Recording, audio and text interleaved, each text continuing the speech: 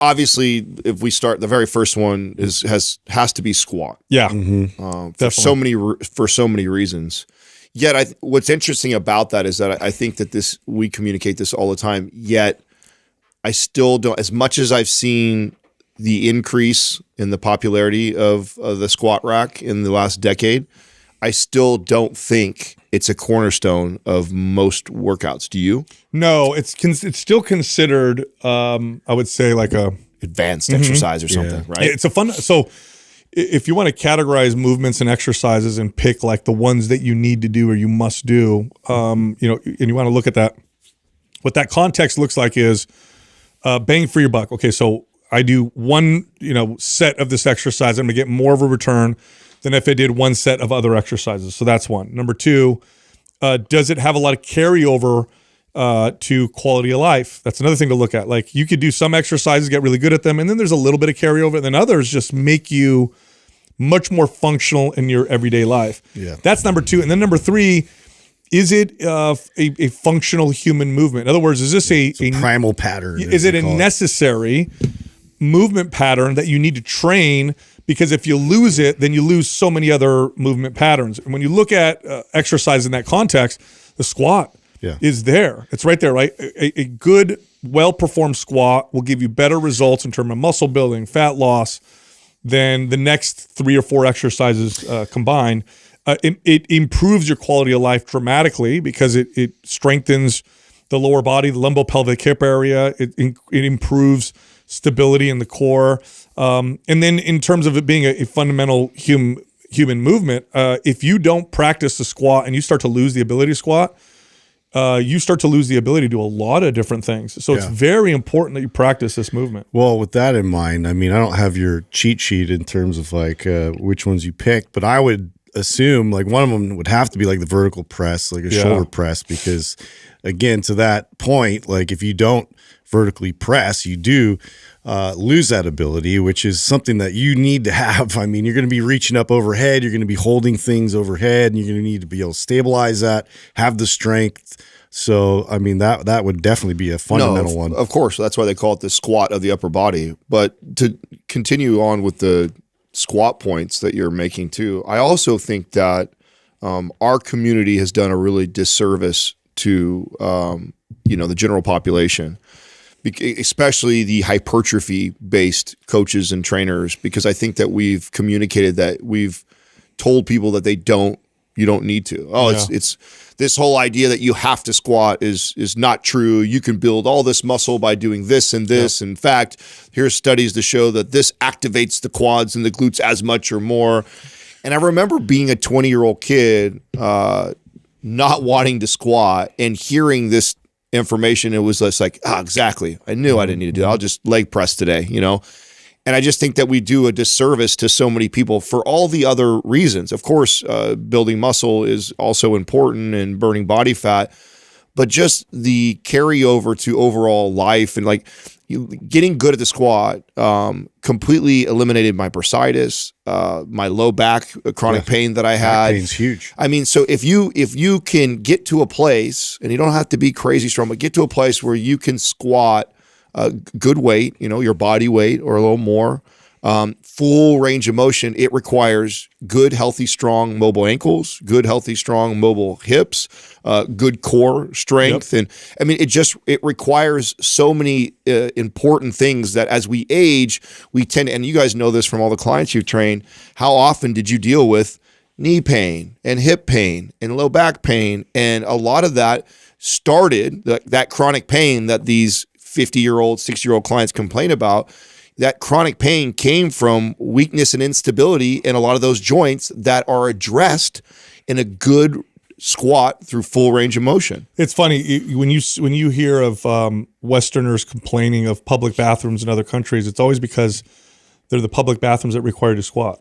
And they'll be like, I can't do it. These are like 20-something-year-olds, 30-something-year-olds, and they're like, I can't sit in a squat. It's uncomfortable. That's because you stop squatting. We sit in chairs. That's about as close as we get to a squat. So what happens is you lose the ability. But if you ever watch, we all have kids, but you ever watch little kids, they squat comfortably. Yeah. It is a very natural, fundamental human movement that your body, for lack of a term, forgets. if you don't practice it. And then what comes along with that is pain. And you're right, Adam. What the fitness industry does is it sells the visual appeal of a fit and healthy body. So they talk in terms of like body parts, quads, glutes, hamstrings, sculpt, shape, and we even talk like that on the podcast at times to bring people in. But that really is a reflection of a fit and healthy body. Well, if you have great looking quads, hamstrings, and a great looking body, but you can't do a squat, that's a problem. It would be like looking like you can walk really well, but you can't. Like walking is a fundamental human movement. By the way, at some point in the future, this may be a discussion around walking as well. You don't need to walk. We just glide everywhere with these, whatever machines. And you will end up forgetting or not being able to do this again. This fundamental human movement. Now, on the flip side, to sell this in terms of results, when you train movements that your body was designed to do or evolved to do, whatever you believe, you tend to get the best results. So a squat just delivers incredible results from a strength, athletic performance, muscle building, fat loss, sculpt your body, shape it. Like when I got clients who worked out on their own already regularly, and then they hired me and they couldn't squat, getting them to be able to squat and then squat, that alone blew away everything that they did. Everything that they did. I mean, I'd have them stop leg pressing, hack squatting, leg extensions. Like, okay, we're not doing that. We're gonna practice and get good at squatting, and we have some issues to address.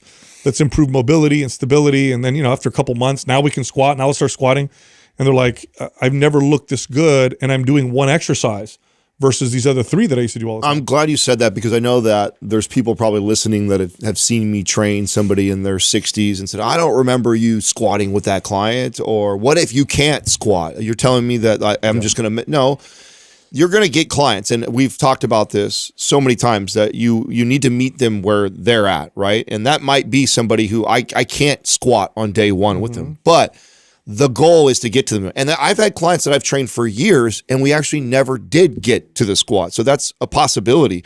But the programming, the training, the mobility work that we were doing was always in pursuit of getting that, right. Getting to a place where we can squat. The worst thing I think you can do is to just accept, squatting I was told was bad for me, or I shouldn't do it. Therefore, I'm not ever going to do it again. It's like, because it's such a fundamental human movement, why would you just write that off as a possibility? And it's like, no, let's solve this. Let's find out why you think you have quote unquote bad knees or bad hips, and let's get to the bottom of it. And a good coach and trainer can do that, is they'll help them get to the root cause of all this chronic pain, and that with the goal and the intent of one day we want to get back to being able to squat again. Because then once you can get to that place, and this is what I've talked a lot about with my own personal journey, which was so interesting, was the amount of mobility work that I had to put in to get to a deep full range of motion squat and to address the bursitis and the low back chronic pain was a lot of work. It was a lot of work for several years, very, very consistent. But the cool part was, once I got there, now as long as I squat, full range of motion. You keep it. Yeah. I don't have to do all that other work anymore, because it addresses that. In order for me to go all the way down ass to grass, I've got to have good ankle mobility. I've got to have good hip mobility. I have good core stability. Like all those things I get from just continuing to do it. And so now the work of keeping it up is much easier than it was to get to that point. Yeah. Now, Justin, you brought up the overhead press. That's definitely a movement you need to incorporate. The shoulder joint is a very complex joint. A full overhead extension all the way down, all the way up, works the shoulder joint, the scapula. The scapula has to rotate out as the humerus moves up. You have to incorporate, when you're standing, stability in your core. It is a fundamental human movement that you will lose if you don't practice. Like when I got clients who were in advanced age, many of them couldn't fully extend their arm above their head. Not weight, not even lifting any weight. Lift up further with their raising their heels. They come up on their toes, or they would lean back, but they couldn't fully extend their arm up above their head. Now, these weren't like 90-year-old people, they're people in their 60s. Yeah. And they couldn't fully extend their arm over the head. Why? They stopped training and strengthening that. Now, from a results perspective, it develops the upper body very well. For athletic purposes, performance purposes, I would argue that an overhead press, and I could argue this all day, is more important than a bench press. Yeah. for athletic performance. So you need to do some kind of a full extension overhead press to get that full upper body development and maintain health of that whole shoulder joint. There's the shoulders, so much going on in the shoulder, you know? So much. And it's one of the more common areas that people hurt themselves. Yeah. Of course, you have the back and the knee. Huge area for dysfunction. Shoulder's very, very close. Now, what do you guys think it is about that? Like, why is this one that is overlooked so much? The first thing that comes to mind for me is, I think when most people look at the shoulder press, they think just the shoulder. Yeah. And you don't realize that a full range of motion overhead press like that is literally a full upper body. I mean, everything that has to stabilize supporting it, and support the shoulder girdle, which is all kinds of muscles in the front, all kinds of muscles in the back, plus the shoulder, plus the trap. Yeah. You have all of these muscles, rotator cuffs, everything. Yes, that have to work in order to perform this movement. And so it is actually this, huge bang for your buck type of, like the squat. That's why they call it the squat of the upper body, is because that whole shoulder girdle area has to be supported to do a good full range of motion with good control all the way up and stability. Everything's getting engaged and needs to work together. And so again, it's another one of those things where, you think because you're limited to it, you just write it off, I'll never do it. Where again, the pursuit of getting to that place where you can do this benefits that entire area. So if you've ever had neck stuff, shoulder stuff, upper back issues, mid back stuff, like you got all that gets addressed in learning to perform a great overhead press. Now, most people do some kind of an overhead press in a workout, but they don't do a full range of motion. They don't do it standing. Oftentimes it's with the back supported or it's on a machine. Again, they're not doing full extension. They're not coming all the way down. And so shoulder injuries become more common as a result of this improper technique and lack of emphasis on this, because the shoulder joint is very complex. I mean, it's the reason why we can throw with accuracy. It's why we became the apex predator, is we have this humerus that moves in this joint, but we have the scapula, the shoulder blade that moves along with it and can retract and depress and can externally rotate. And we have this humerus that needs to stabilize. And you get a lot of that with just a basic standard, well-performed standing overhead press with full form. It's one of the best exercises you could do for the upper body to maintain that shoulder health. There is a tendency too, because there's a lot of machines, like to your squat point earlier, like there's ways to kind of like address certain parts of the shoulder and like build and develop the shoulder, but to really stabilize it, this is where too you're going to see some lower back issues. You're going to see some stabilizing issues where people get injured because not only are we working the shoulder, but it's the whole body. It's everything in unison, and to be able to brace the spine while you're doing this is paramount. Another problem with this is you can have a well-developed looking shoulder that has poor function. This is actually quite common. Yeah. You see this often in bodybuilders. A lot. They have really round delts, and then you have them do a full range of motion shoulder press where it comes all the way down the upper chest, full extension while they're standing. And they can't. And their shoulder hurts because they're training these kind of short ranges of motion, just trying to develop the muscle. So now, by the way, there's no trade-off. Full range of motion will develop better shoulders anyway. So it's not like you're losing out on development for function. It's both. That's why this is such a key exercise. And if you're a beginner, practicing this will really improve upper body stability. And again, that shoulder health, which is so important. And then lastly is a row, a well-executed type of a row that really pulls the shoulder blades back and down, allows you to get that good posture. The mid-back has to be one of the most, probably one of the top three, right? Number one being the core, maybe in the hips. But the mid-back has to be one of the most underdeveloped musculatures in just modern people. It's counter to what you do all day long. It's so weak. We don't ever stabilize with the shoulders back. In fact, when I would get new clients and I'd have them do a row, nobody could do a row the right way. They could pull the weight back, but nobody could. In fact, when I would pull their shoulder blades back and get them in position, it was like I was moving. You know what it felt like? It felt like you get a rusty machine. You had some WD-40 and you finally started to get moved. They would look at me and go, "What's happening?" And then they'd feel like how open things were, and it would blow their minds. Well, that's because we do everything in front of us. Yeah. We do everything in front of us. You're never going to find anybody doing this, and so those muscles just go to sleep. I mean, and you talked about this earlier. Just we don't use it, we lose it.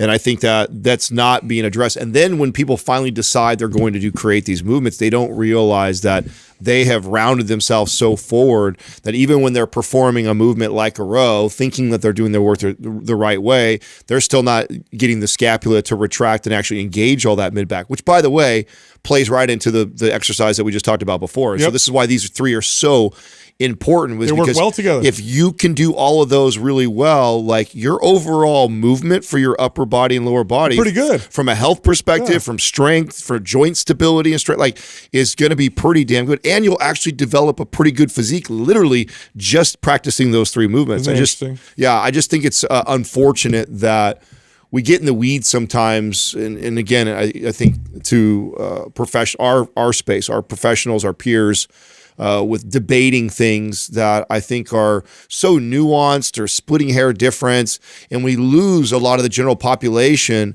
on the things that are really going to give them the greatest return. And it's like, man, I'd have to say 80, 90% of the general population, if you just got good at these three movements, you're going to live a very healthy, strong, mobile life if you just practice that. And if you're already late in the game and you've lost some of those abilities, working toward that becomes more important than the 30 pounds of body fat you think you need to lose. That becomes more important than looking a certain way in that dress. Like this becomes the most important thing, and you'll still get that other thing. You'll still get, it's actually the fastest way to get those other things that we tend to focus on most. But it's like that's the path to do that, and I think that we've overcomplicated that for the general population. Totally. All right, I got some really. You guys heard me talk about this last night in our GLP-1. Justin didn't, but I did. Oh, you weren't there. Yeah. Okay, so interesting study. I didn't know this. So first time in history ever that the U.S. obesity rate fell.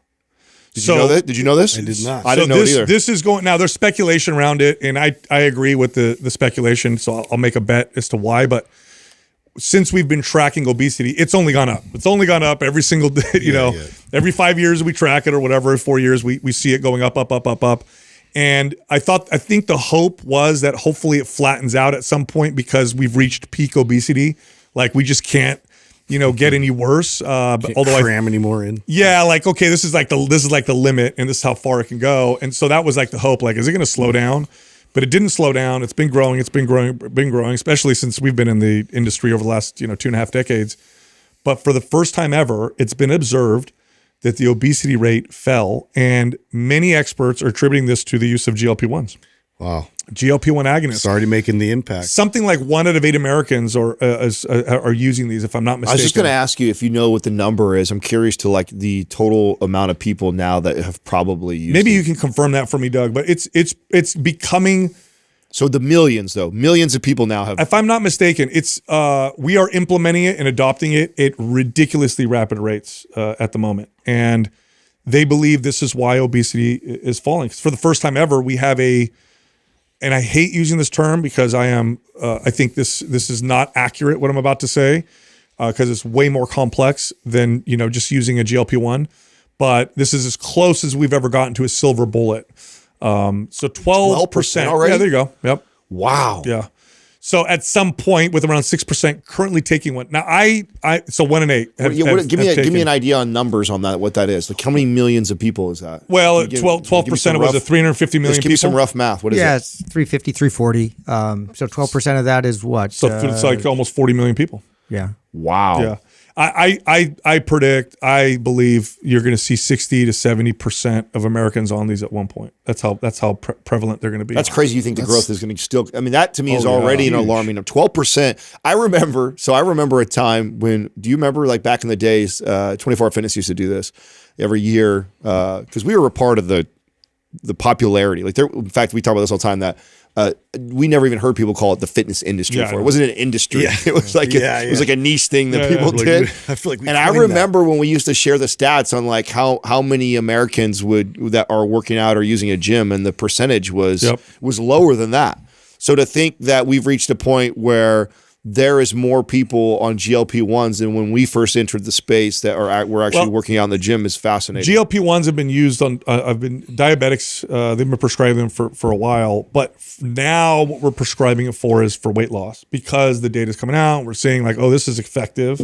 And it is. We've never come close to any kind of a medical intervention, especially a non-surgical one, that comes close to the weight loss effects of these peptides. It's making an impact on the obesity rate. Now, there's some things underneath that nobody's really talking about, because here's what's going to happen. We're going to see this big, and I guarantee this is going to happen. I guarantee the government is going to mandate insurance companies cover it. You're going to start seeing. Now, this episode is brought to you by some sponsors. The first one is Organifi. Today, we talked about their starter kit. This comes with 7 days of red juice, green juice. So red juice, energy, green juice, chill, both good for health. It also comes with 30 days of essential magnesium, and you get a shaker cup with it. Go check them out. Check out the starter kit. Go to Organifi.com. That's Organifi.com/Mind Pump. Use the code Mind Pump, get 20% off. These things being used in mass, and it's a right. You need to have these because they're so effective. Obesity kills so many different people and all that stuff. But what we're ignoring is the silent epidemic that's underneath that, which is the under-muscled epidemic. And for people who are like, what are you talking about? If you look at the amount of people with diabetes, and let's just look at cardiovascular disease and diabetes, forget all the others, because you can look at cancer and all that stuff, but just pick those two. It's true that a majority of people who develop diabetes or who get, coronary artery disease or cardiovascular disease are obese. It's true that a majority of them, but there's a sizable minority. Some estimates like 15%, 20% are never obese, and yet they still get those things. What's going on? They don't have enough muscle. Yeah. And obese people also don't have enough muscle. I remember a while ago, there was a study that came out that just blasted the myth that obese people carry more muscle mass. I believe they actually suffer from sarcopenia. That myth for a long time. Yeah.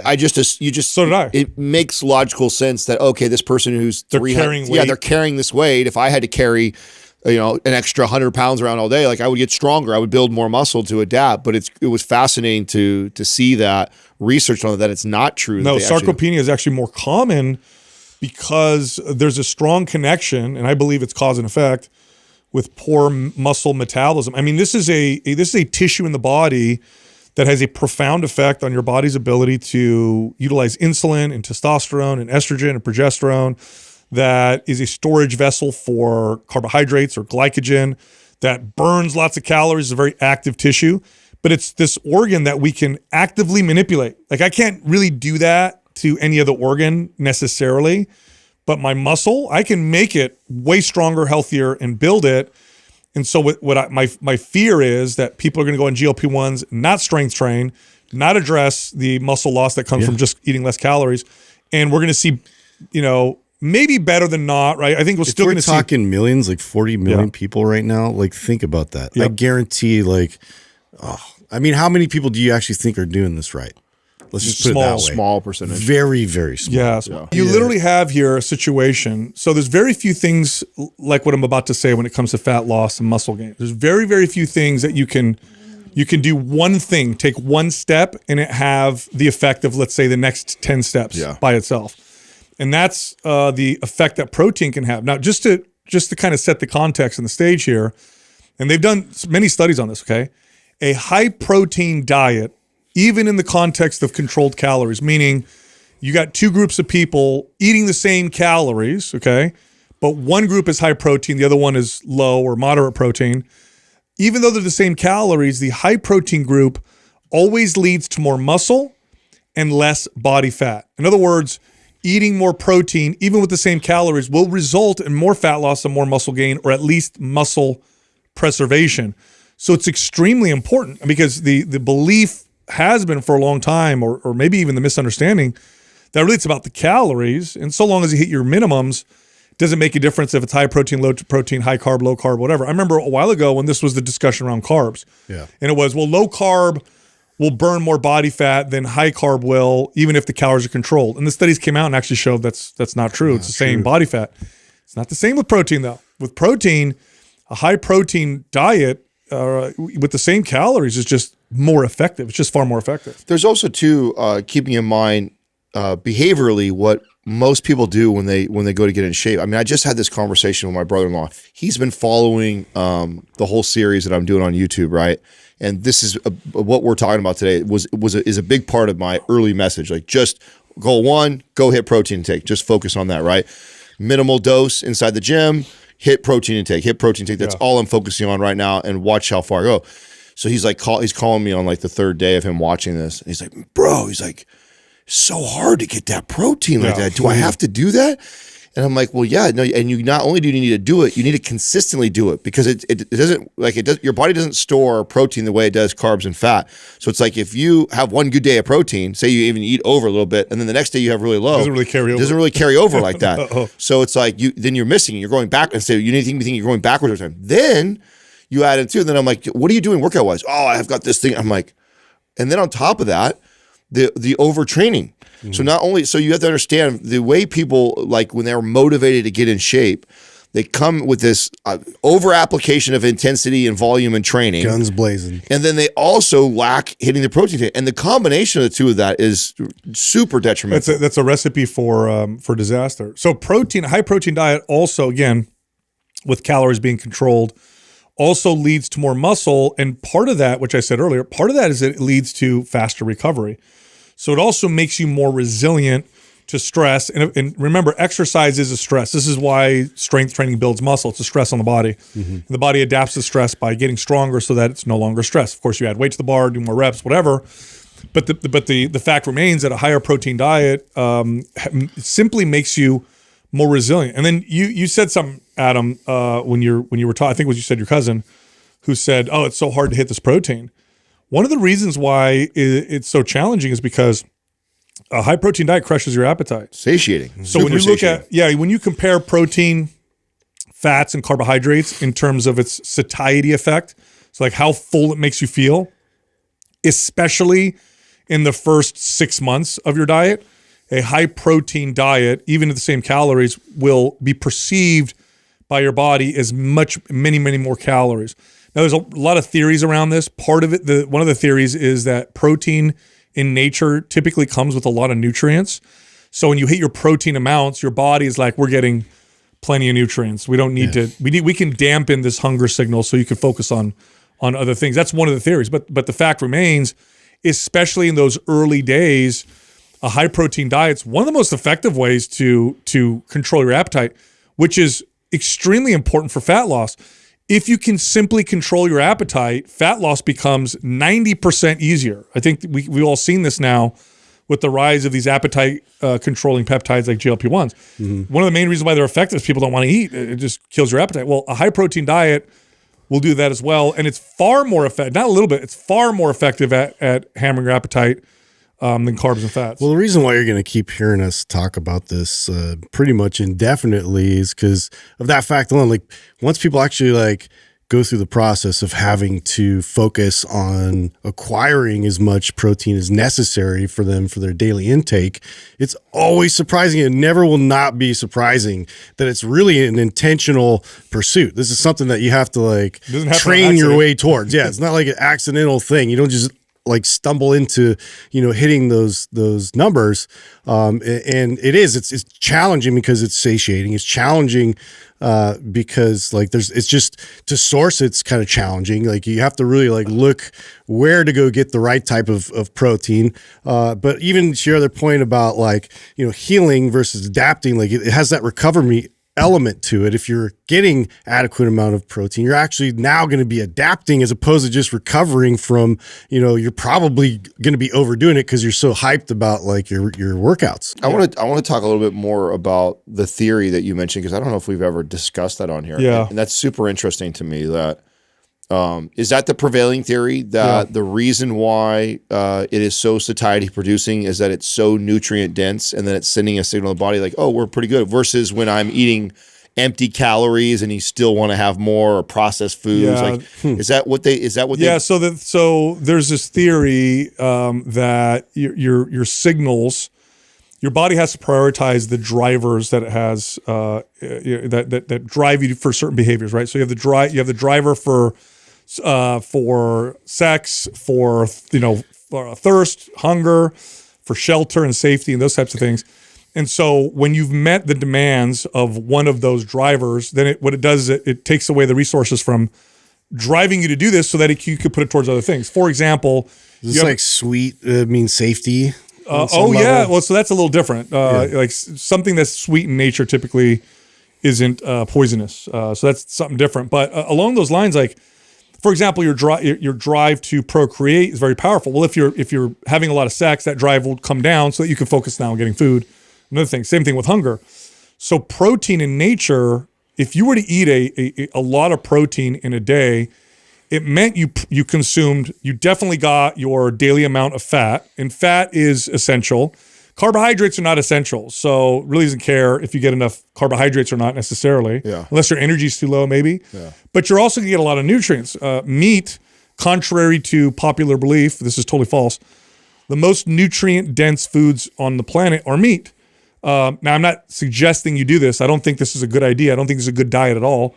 But if you had to eat just one food and get away with that for the rest of your life with the lowest risk of nutrient deficiency, and you can only pick one food, it would be meat, in particular red meat. You're probably not going to get a nutrient deficiency if you just ate red meat. Again, it's not ideal, but there's really no other food you could do that with. And it's because it's so nutrient dense. So that's the theory. The theory is if you're getting a lot of protein, the hunger signal comes way down. All right, cool. We got all the nutrients. So now you can. I've always wondered like how much truth there is to it, because there's been times where like where I've seen clients who actually like have cravings for foods when their body is deficient in it. Yeah. Like sometimes you'll see people that crave chocolate are deficient in iron, or you have certain foods that they crave, and it's because they don't have any healthy fats. That's why your body was trying to tell you. And so I wonder how much truth is to that. Eating minerals. Yeah, that's when people would eat paint. Yeah, paint or like clay. Say what? With there's eating. There's this like disorder that was it pregnant women? They would eat clay or paint and couldn't figure out why. And there was a nutrient in there that they were lacking. Yeah, their body's just naturally craving, and they gravitate towards a certain thing or food or whatever. Yeah. So I mean, this by the way, the appetite crushing effects of protein. There's new data suggesting that this is really a phenomenon that happens in those early days of a diet, and it starts to kind of wane off a little bit later. In my experience with clients, it always has an effect, but I also agree with that study because initially it's hard.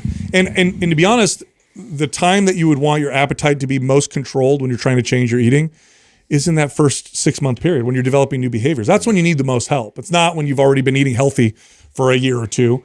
It's in those early stages. So if you're especially challenged in that first 90 days of really trying to eat right or whatever, like high protein is going to handle the appetite part better than anything else. And I think that's a massive win. It also leads to a faster metabolism. And there's two reasons for this. One is protein has a thermic effect that's higher than carbohydrates or fats. What does that mean? Well, to utilize the protein or to take the protein, break it down into amino acids, send it to the target tissues, that costs energy. And it costs more energy per calorie or per gram of, per calorie of protein than it does per calorie of fats or carbohydrates. So it also burns more calories to consume more protein. And then the second part of that is because it leads to muscle, well, we know what that does to the metabolism. So, okay, faster metabolism, more body fat loss, and you control your appetite more. Like we're now starting to talk about, and I hate to say this, but like a magic macronutrient. So it's a very important thing to focus on. Yeah, I think the most important piece is what I was alluding to with people when they first get started that don't focus on protein, and they reintroduce either cardio or strength training, and just the role that it plays in building muscle and building your metabolism. It is so crucial that you can't just simply go exercise or lift weights and expect it to do all the work. If you don't give it the building blocks that it needs to support that, then you end up spinning your wheels and you're doing all this extra work and not getting the return on it. Or you think you're doing good because you cut calories, you're moving like crazy, and the scale goes down 4 or 5 pounds, but in reality, you lost as much muscle as you did fat. In my experience, now the data shows something like 50% to twice as much muscle gain with high protein versus, let's say, your typical protein diet. And by the way, high protein, when we keep saying high protein, we're referring to about a gram of protein per pound of body weight or per pound of target body weight. So whatever you want to weigh, that's what you eat in grams of protein. So when we say high protein, if you Google high protein, you're gonna get a low protein version from the FDA that says anything over 60 grams or whatever. That's not what we're talking about. The studies that we're referring to, and there's a lot of them. It's not one. There's a lot of studies. It's pretty established. Is close to about a gram of protein per pound of body weight. So that's what you want to aim for, and it builds more muscle to the tune of about 50% more, some twice as much in my experience, especially with the clients that had such low protein diets when I got them. Like there were some female clients that would work with me and they were eating like 50 grams a day, like, like super low protein. I'd get them to go from 50 to 120 grams of protein a day, 130 grams of protein a day. They would build like 3 times as much muscle. It wasn't even in the same ballpark. So just to back you up, the strength training was the same, right? But like it was almost like 3 times as much progress as what we would expect. What about like the quality of protein, the types of protein? Like how much of a role does that play? Like if I was somebody who all I had was plant proteins versus meat, or what if I did grain-fed beef instead of grass-fed beef? Like how important is the type of protein that I'm eating? So it's, when we're talking specifically about protein, animal sources are the best. The highest quality. Now the quality of protein there's a few different ways to rate quality of protein, but I'd say that they all kind of center around how much the protein is assimilated and used, and how it leads to muscle protein synthesis or positive protein synthesis. Okay, so in other words, if you eat a gram of this kind of protein versus that kind of protein, how much are they going to contribute to the repair process and build process in the body? And the ones that rank the highest are egg, beef, chicken, fish, milk, whey protein is way up there. Egg protein is way up there. Animal sources are just the best. In the head-to-head competition with all vegan sources, they're just superior. Now, you could get such a high protein diet that doesn't matter. So if you're above a gram of protein per pound of body weight, it doesn't make a big difference where it's coming from. But I will say this, in my experience, a really high vegan protein diet does tend to lead more often to gastrointestinal distress and gut issues, because the protein doesn't seem to be as easy to break down. But it's the animal sources are superior. And then you mentioned grass-fed versus grain-fed. The protein in there is the same. It's the same amino acid breakdown, but grass-fed meat is higher in omega-3s and a type of fat called CLA, conjugated linoleic acid. In the context of the same calorie, same fat content, but one diet is higher in CLA and omega-3s than the other. Higher CLA and higher omega-3 content builds more muscle and burns more body fat as well. In fact, they used to sell CLA as a fat loss supplement. I remember. Do you remember that? Where you would buy them in capsules, because the data showed that, if these two diets are identical, this one's high in CLA, this one isn't, the high CLA diet is going to burn more fat. Now, of course, the supplements were stupid because people were just adding it to their diet. So just adding calories of extra CLAs. They weren't replacing any. So yeah, grass-fed meat is going to, and grass-fed meat is also higher in protein per ounce. So if you're trying to control your appetite, eat a lower calorie diet, like, an 8-ounce grass-fed ribeye is less calories and more protein than an 8-ounce grain-fed, ribeye. What's our, forget the name of the girl, and she works for the glucose monitor company. We've had her on the show at least. Oh yeah, NutriSense. What's her name? Emily? Was her name Emily? Is it so? I don't want to, was it Kara? Does it sound right? It is Kara. It is Kara. She brought up something that I thought was interesting. I remember when she came on the show, it was I think it was the first time she came on, about how important like starting your day with protein was. Yes. Just what it did to like balancing your blood sugar and insulin and stuff like that. Yeah. So she represents NutriSense, and this is a company that uses continual glucose monitors along with nutrition coaches. And so a continual glucose monitor, you wear it on your arm. There's a tiny, tiny little needle in there. It's literally like a hair. You don't even feel it. Kind of goes in your arm a little bit. And what it does is it reads your blood sugar in real time, and it uses an app on your phone. So you could see, oh, I ate that meal, my blood sugar did this, I lost sleep, I'm stressed, whatever, how all those things affect your blood sugar. And so we had her on the show, and I asked her, what is one of the most impactful things on maintaining nice, consistent blood sugar, avoiding the super high spikes and the super low drops, or if you do get a high spike, that you balance out real nicely? Like, what are the things that impact blood sugar in the most positive ways? And by the way, that's important because maintaining good, stable blood sugar, aside from, being a contributor to good health and helping prevent things like diabetes and stuff like that in the future, it also positively affects your behaviors, because the big spikes and drops can make you feel anxious and hungry. It gives you cravings. So when your blood sugar is controlled, this is why people made a big deal out of the glycemic index back in the day. Yeah. Is that when you're eating, when you're maintaining good blood sugar, you're less likely to overeat. You're more likely to have a more controlled appetite. You're going to have better energy. You just feel better overall, and you make better choices. So I asked her the question, and the first thing she said was strength train. Strength training for sure has a profound impact on blood sugar. We all know this. And then diet-wise, she said, eat a high-protein breakfast. If you eat a high-protein breakfast, no matter what else you eat throughout the day, your blood sugar will be better. Hey, sorry to interrupt. Look, I have a free guide that teaches you how to lose fat in 3 steps, just 3 steps that will burn the most amount of body fat and help keep it off. This guide is totally free. We're giving it to everybody right now. If you want it, click on the link at the top of the description below.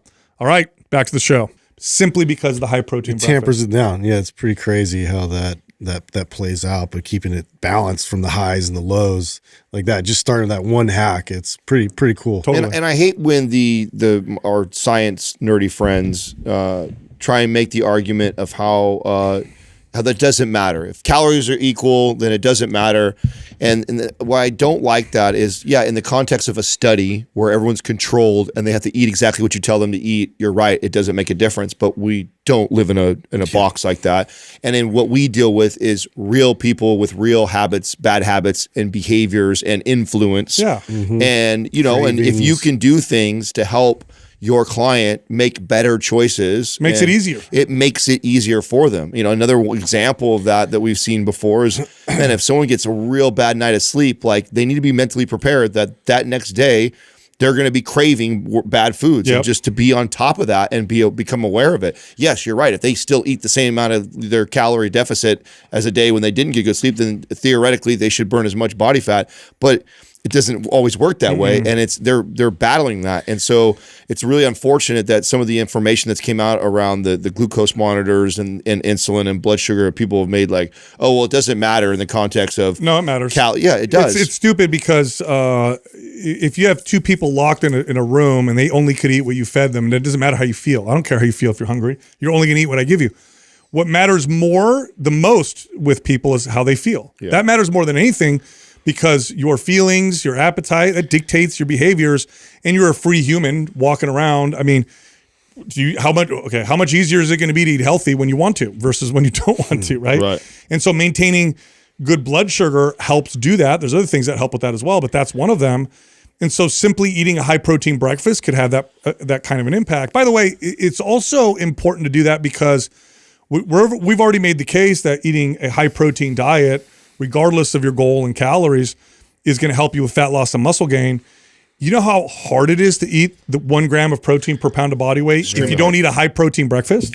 Yeah. Like you're behind, like if you're, let's say you're a woman and your target body weight is, let's say 140 pounds. That's probably a good average healthy body weight. Some women are taller, shorter, but let's say 140 pounds. That's 140 grams of protein a day. Let's say your breakfast had 10 grams of protein. Good luck.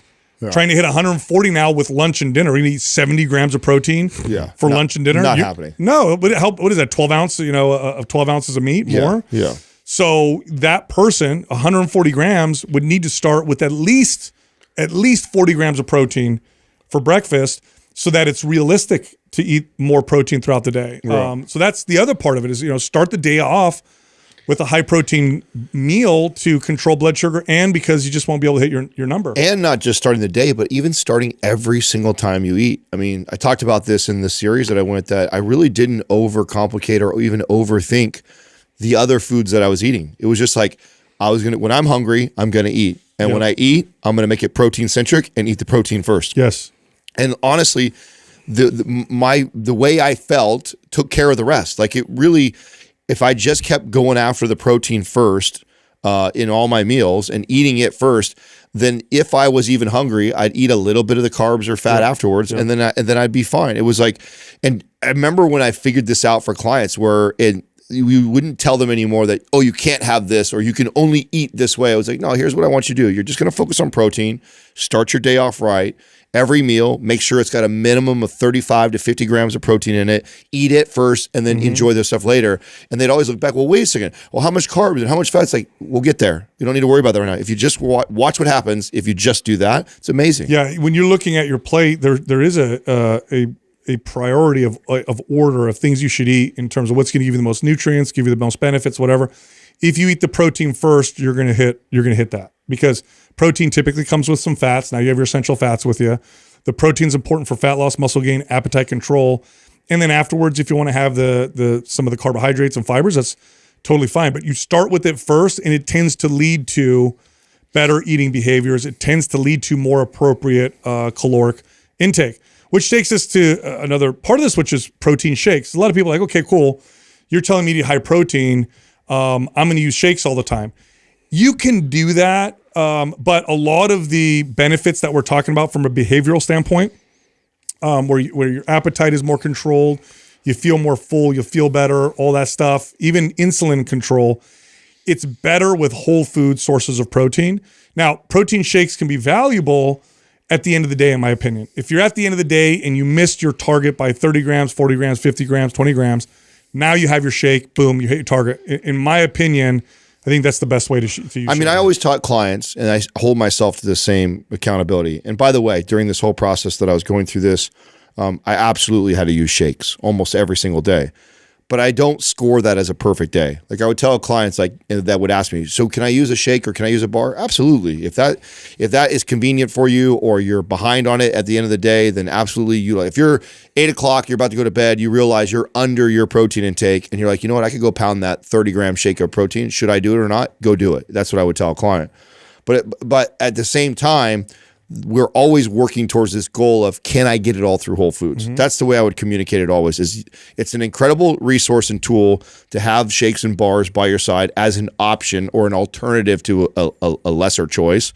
But the goal is always to be trying to target and get all this from Whole Foods. 100%. And then essential amino acid supplements are different than protein, but they can be very valuable. So essential amino acids are the amino acids in protein that your body can't synthesize. And there is some value to supplementing with them if your protein sources are vegan, right? So if you, like we said earlier, the animal sources are superior, well, one way you can kind of make up the difference is if you're getting your protein from vegan sources, you're like, look, I heard animal sources are better. You can drink essential amino acids or take those throughout the day, and that will raise the score of your vegan sources of protein. Vegans tend to benefit more from essential amino acid supplement than omnivores. And so what I used to do with my clients is I would have them take some essential amino acids with every meal, or later when they started making them into drinks, powders, what you could just drink, I told them to just drink them throughout the day. And they always noticed benefits. My omnivores, sometimes, but my vegans it was obvious. They would supplement with essential amino acids and they would always notice. Yeah, it's so difficult to get that number up and to add that extra bit of bump without a lot of the calories attached to it as well is super helpful for vegans and vegetarians. It's tough because I'm using an anecdotal situation with me going through this and utilizing the EAAs, but it is interesting to me that this is the first time in my life that I was consistent with using EAAs before. And in this process, at least 50%, if not more than half the time, I missed my target of protein. But yet I was, but you're even chasing it too. Yeah, and exactly. That was me going after it, still missing it. Yeah. And then because of that, I was supplementing daily with EAAs. Now the end result was I lost 5 pounds of fat and I built 18 pounds of muscle. It's hard to say what would have happened had I just only did it and I didn't utilize the EAAs. Be really interesting. I think the more important thing to focus on, forget how much more it helped. It definitely helped because 50% of the time you couldn't hit those targets. That's what I'm saying. So for sure help. We don't know how much, but it would be different if you were hitting your targets every day and then you added them. Then it would be questionable. No, totally. And that's kind of how I treated it. It was like, the goal was to not have to take it. The goal was to get plenty of it through Whole Foods. Yeah. But the reality was I was still missing even going after it, which is why like having a topic like this and stressing this, it's like, it's so crazy how often I have to continue to remind people and tell people it's that big of a game changer to be consistent with this. Yeah. And everybody who thinks they eat enough protein because they like meat or they start every day with some sort of, and so they think they eat a lot. Very rarely do I assess someone's diet and then come back and be like, hey, you're eating plenty of protein. That almost never happens. That'd be rare. Got some questions here. First one, what are some great high quality protein snacks? Oh, I mean, beef jerky? Yeah, beef jerky is the king. Yeah, that's great. It's got high shelf life. You can buy it at the gas station. It's good source of protein. The other thing I would say is if you could tolerate dairy, Greek yogurt. I mean, Greek yogurt, cottage cheese, cottage cheese used to be like bodybuilder staple food. You go to the grocery store, you get yourself, and you can go lower calorie, higher calorie. Like a little tub of that's like 30 grams of high quality protein. They actually make now a lot of these brands, Chobani, Okios, they make them like, I don't know if they infuse it with whey also or not, but they're like high protein. So I have these small servings of Greek yogurt that have 15 grams a shot, and I do 2 of those, and it's still like 30 grams. Easy too, easy to slam down. And that's probably, if it's not beef jerky, I'd say Greek yogurt. It's like my go-to, like quick, easy snack. Yeah, the other thing would be like tuna fish. I know that's a little bit less convenient, but you could get that out of the can and eat that too if you don't mind the fish. Next question, is there any benefit to eating more than 1 gram of protein per pound of body weight? You know what is interesting about that? Not always, but probably with a lower calorie diet. So if you're somebody who's in a calorie deficit and you're pushing lower calories, there's probably benefit to going higher in protein. And I say probably because it's mixed. Now, in my experience, when I've had clients go high protein, it's more impactful for the people. It's more important, I should say, for people. When I had people in deficits, it was like, you have to hit your protein. Yeah. People who are in a calorie surplus, it wasn't as important. And the data does show that in a higher calorie context, carbohydrates, even fats can be what's called protein sparing. But if your calories are below what you're burning, so you're losing body fat, you probably would benefit from going a little higher protein. I mean, I almost always will push clients there or above. I mean, because it's so long as digestion is okay, it's definitely not going to hurt you. No. So, and if I have a choice to bump somebody in calories, I would rather bump in protein anyways with somebody just because of that. Yeah. So, I mean, I'm always pro them doing that. Different story if you're complaining and you have issues digesting that much protein, then I would talk about how that may not be beneficial to you. But most people would benefit for at least 1 gram or more. Next question, how often can I use a protein shake? Oh, I mean, as often as you want. But I used to really, when I would advise clients on this, my goal with them was to not have to use protein shakes, but if they had to, 1 a day. I mean, if you're using more than 1 shake a day, 1 serving a day, you're missing out on all the value of whole foods, and I don't think you're developing the relationship with food that it's long term in my experience, right? In my experience, if I'm trying to help you develop a nice long term consistent behavior around food, then it should be mostly centered around real food and not shakes. If 2 of your meals or 2 of your servings of protein are coming from 2 shakes, unless you're like one of those really big, bodybuilders, consuming 240 grams of protein, 250 grams of protein, in which case I get, 2 servings. But most people, it's like at the most 1. To me, it was just so simple if we scored ourselves every day on how well did you sleep is a score. How well did you eat today is a score. How well did you train today is a score. If I was scoring the way I ate, and I ate absolutely perfect, hit my macros, ate everything perfect, but I needed a shake in order to get there, it was a 9. It wasn't a 10. If I did it through all whole foods, it was a 10. It was that simple. Yeah. It's like still really good. If you hit your macros, and you use a shake to get there, that's still a really good day of eating.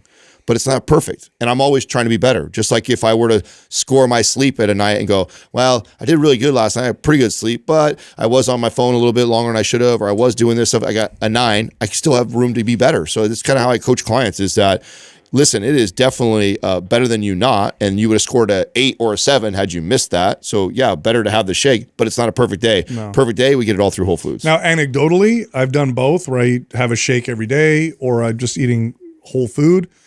And anecdotally, when everything seems to be the same, I just do better with whole food. I seem to look different. I seem to get better results. I did a whole show where you had even more down to the. I did. So I had 2 different shows that I compared this with. It was interesting, and unfortunately I can't tell you. I can't explain the science of why, but I definitely got leaner, looked better, felt better, didn't battle as much cravings. I noticed more cravings when I was doing shakes and bars. It's still processed, hyperpalatable processed. Right, and I had way less of that when I was doing it all through Whole Foods. And exactly all macros, everything controlled. One show that I got ready for, I allowed as much shakes and bars as I wanted, and another one I did nothing but whole foods, and there was a difference. I felt like I came in sharper with the food. I felt like I didn't have as many of the cravings. Why, how, I can't explain to you it, but again, it just goes back to why the goal is to try and do it all through whole foods. That's a perfect day, but it doesn't mean it's bad if you have a shake or a bar. The irony of that fitness tip is that the slower, what you would think is the slower way is actually the faster way. What I mean by that is that the tortoise and the hare. Well, no, like most people who say they want to lose 30 or 50 pounds, they don't just want to lose 30 or 50 pounds off their body. They want to lose fat. Right. And so they think, okay, if I go really fast, you could lose somebody in a week's time, 10, 15 pounds off of a scale, but it's not going to be all fat. You're going to lose some muscle. You're going to lose water weight in there. And so this idea of like getting that you can go faster than the right way, it's not true. Like the right way is the faster way, although it seems slower if we just looked at the number on the scale. But the fastest way to lose body fat is a very controlled, balanced deficit and taking your time, where you just carve off body fat and you maintain as much muscle as you possibly can, which seems slow looking at the scale, but it's actually the fastest way to change body composition. It's misleading because you're losing weight and you're losing mass overall, but you're not just specifically targeting body fat, and you're not going to be in a position where you're revealing your muscles and looking like, you actually work out. Yeah. My famous line was, you want to lose 20 pounds, or just cut your leg off, right? Yeah. People always laugh at that, but it's true. I think there's two reasons why this is a challenge. One is for the average person, when they finally get into the state of mind of, okay, I'm going to do this, it's usually because something happened that triggered insecurity. They felt, I don't know, bad about themselves or whatever. And when you get in that state of like feeling bad about yourself in that way, you can't wait to change it. You want to get out of your body. You all of a sudden become aware, or allow yourself to become aware of how uncomfortable you are. And so then you don't care what the process is like. In fact, how many times have you heard someone say this? I don't care how I lose it. I just want it off. I'll worry about keeping it off when I'm done. Mm-hmm. So that's the first problem, and we can address that. But the second issue is that we're not addressing the real challenge. And this is true. The statistics and the data shows us. You ask any trainer who's been training people for a long time, they'll tell you this. Losing weight is easy in comparison to keeping it off. Keeping it off is the real challenge. What stops people from keeping it off? It's all about the mental, psychological piece. It's, can I maintain this lifestyle? You're not going to make a radical change to your lifestyle and maintain it all at once. It just doesn't work that way. With nothing works that way. It has to be a process in which you learn and grow and develop habits and disciplines and slowly embark on this journey until you have accomplished what you want. And then the journey never really stops. But back to the first point, if you approach this with this, like, I hate myself, I'm gross, I'm not attractive, I'm inadequate, whatever, yeah, of course you're going to rush it. You want to change that as fast as possible. But if you look at it and say, I'm uncomfortable, and it's because I haven't really cared for myself, I'm going to care for myself now. I'm going to do this in a way where I'm going to take care of myself like somebody I care about, then you're probably going to have a more balanced approach. You wouldn't treat your kid that way, right? You wouldn't look at your kid and be like, that's it, we're radically changing your life. Gross. We would have empathy and be like, okay, let's go step by step and make this something that's sustainable. But if we look at it as the sustainability problem and not a can I get there problem, then I think people approach this in a much more effective way. And you're right, Adam. That's the second part, which is how we sell it, which is also true. The right way is also the fast way. Right. There's a huge myth that the wrong way is the fast way and the right way is the slow way. No, the wrong way doesn't work. You won't keep it off, and you're going to lose a ton of muscle with that process, and then you're going to end up in this shitty situation where you plateaued after 12 pounds of weight loss, and then you're like, okay, now what do I do? Do you think that if we get like tools that give you real-time data and feedback on what's happening in your body, that this will solve some of this problem? Like, do you think if your clients knew that like almost hour by hour, day by day, like, oh, today I, built this much more muscle or I lost this much more fat, or I lost this much muscle because I did, do you think that when science gets to that and technology gets to that point, because I don't think we're that far from getting to this, where we get some real-time feedback on what's happening to your body based off of what you're doing to it at the moment, Like, I mean, even with like glucose monitors, we're getting close to where it's like we're getting this understanding. Do you think that will change this? Because I think that plays a big role too. Is I think a lot of times people think they're doing the right things by this approach. And in reality, it's more than they need to a lot of times. It's harder than it has to be. And if they were only getting that feedback of, oh, when I do X, Y, and Z, this actually results in this. And oh, wow, when I actually just focus on these few things, this is easier. Do you think that will change? I think if it's in combination with a good coach, yes. I don't think it's you don't think people will be able to interpret that themselves? I mean, even if it spells it out to them. Automatic. Yeah, I don't think it's an information problem. I really think it's more of a like, how do I do this? How am I going to feel? How do I deal with these feelings?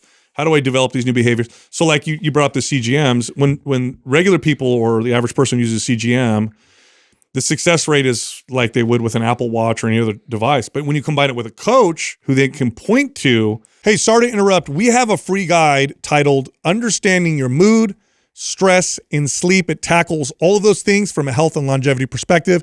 It's a totally free guide. So just click on the link at the top of the description below. Hey, did you feel a particular way at this time? Because I noticed you had this spike in blood sugar and then this drop. And then they can make those connections.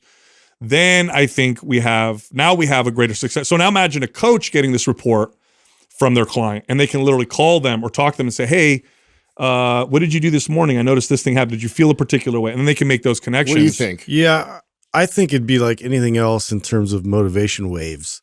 Because regardless of the amount of like great information that they even visibly see, I think that they would be motivated for a while, and then like old behaviors and tendencies would kind of creep back, and they would sort of blissfully ignore real data that's like right in front of them. I just don't see people like, unless they're actually like completely, it's their idea and they're like going all in and like they're trying to make a radical lifestyle change. Like, I just feel like it will just follow a lot of the same patterns with all the rest of the tech. We have lots of really good information that tells you specifically, like, here's your patterns. And if you just change these things, it's going to have a massive sort of change in your life. Yeah, I don't know. I think it's a bit of the interpretation for people like even like the CGM, like the reason why it requires a coach and help like that is because people still are uncertain to what this means. I'm talking like when we get to the point where you can change a handful of variables in the day and then literally see the outcome from a body fat percentage, muscle gain, lean, like that. Imagine how huge that would be. It could be. And imagine I think a lot of people would be stoked on it, but I'm not sure. I don't know. Like, just the general population, I think is well. Okay, so there'll be this is a part where I somewhat agree with you, right? So there'll be a learning curve of like it still will require some coaches to explain like why that happened, right? Because somebody might change 2 or 3 variables, have no fucking idea why did that happen, right? So you'll have to have a coach that says like, see, this is what I meant when you fed the body the way you were supposed to. You hit your protein intakes like I told you. That's it. You didn't go do 2 hours of intense cardio. You just strength trained. Look at what happened. And see, and then like, now let's run another day back, or let's test your way. Let's starve the body tomorrow. Could get on that treadmill, run like crazy. And oh, look, the scale went down, but look what happened. We lost muscle. And so I think that and I don't think we're that far from having tools that will give that kind of feedback to people. And then once the education is there of understanding like what that means, I don't know. I think that could be a big. I think you'd have to have the coach, because just imagine this scenario: a person has the data, tells them specifically what's happened to their body. They're busting their ass, right? They're working hard. They're starving themselves. Then they look at it. What? My body fat percentage didn't go down, but my weight went down. How does that work? Oh, I lost muscle. I give up. That's what you're going to get from a lot of people. I tried all these things. Yeah. It's not for me. My genetics aren't great, or this is just too hard. I can't figure this out. Or maybe they'll try one fad to the next fad and just get totally discouraged, versus having a coach who's like, hey, here's what's happening. The genetic angle. Here's what's happening. Here's the deal. Here's how you're going to feel. Because look, here's the bottom line. We have way more information today than we ever did. People are worse. They're worse off. Now, it's because the default is poor health. Like, try to live a normal life and not be unhealthy. Impossible. You have to live an abnormal life. You have to have a scheduled workout, and you have to inject activity into your day, whereas other people are just sedentary. You have to eat unlike everybody else. You have to pay attention to your body's signals rather than numbing your body, with every over-the-counter. Yeah, but imagine if you had tools that actually give you that feedback to where you're not necessarily, it's like an alert comes up or it tells you, because we have that kind of If we had an AI coach, maybe if it was like, hey, today, do that's this. what I mean. Hey, I just feel like there'll be a guy that'll just use that data and be like, look how many Twinkies I can get to set it off. Well, there will be that asshole. Yeah. There 100% will be that. It's going off I mean, the chain. I didn't say we're going to make everybody fit. That ain't fucking happening. That ain't happening. I just you think get the highest blood I pressure. just think there's exactly. I think most people that hired me really wanted to try, really wanted to figure it out, and it just wasn't, they weren't connecting the dots. Yeah, but let me exactly. I don't, and I would love it personally. I think that's Yeah, where but let I'm me at, ask you guys this: were there trainers who were smarter than you guys when you guys were trainers? Who knew, who had more all my information? trainers were smart. Okay, well, hold on. What made you guys? No. That was the Trick question. smartest. Okay, so yeah, but what made you successful? Yeah. It was the guidance. I was good with people. I was That's what made I was you good. better at taking real simple stuff and Yes. getting my clients to apply it, and that made me successful. That's You're right. good at taking like every other smart trainer's ideas and actually Selling make it them better? relatable. Yeah. Yeah. You know, you're That's right. what you're good That's at. actually the key right there. Yeah, if you want to be a successful trainer, this is it right here. Can you get the person to make the change that you want in a permanent way? If you can't, it don't matter what you know.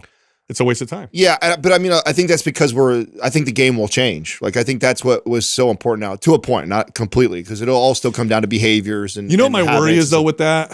Here's my worry with it is that people, because I know what happened with me with my phone. I already had a bad sense of direction. Now my sense of direction is completely gone.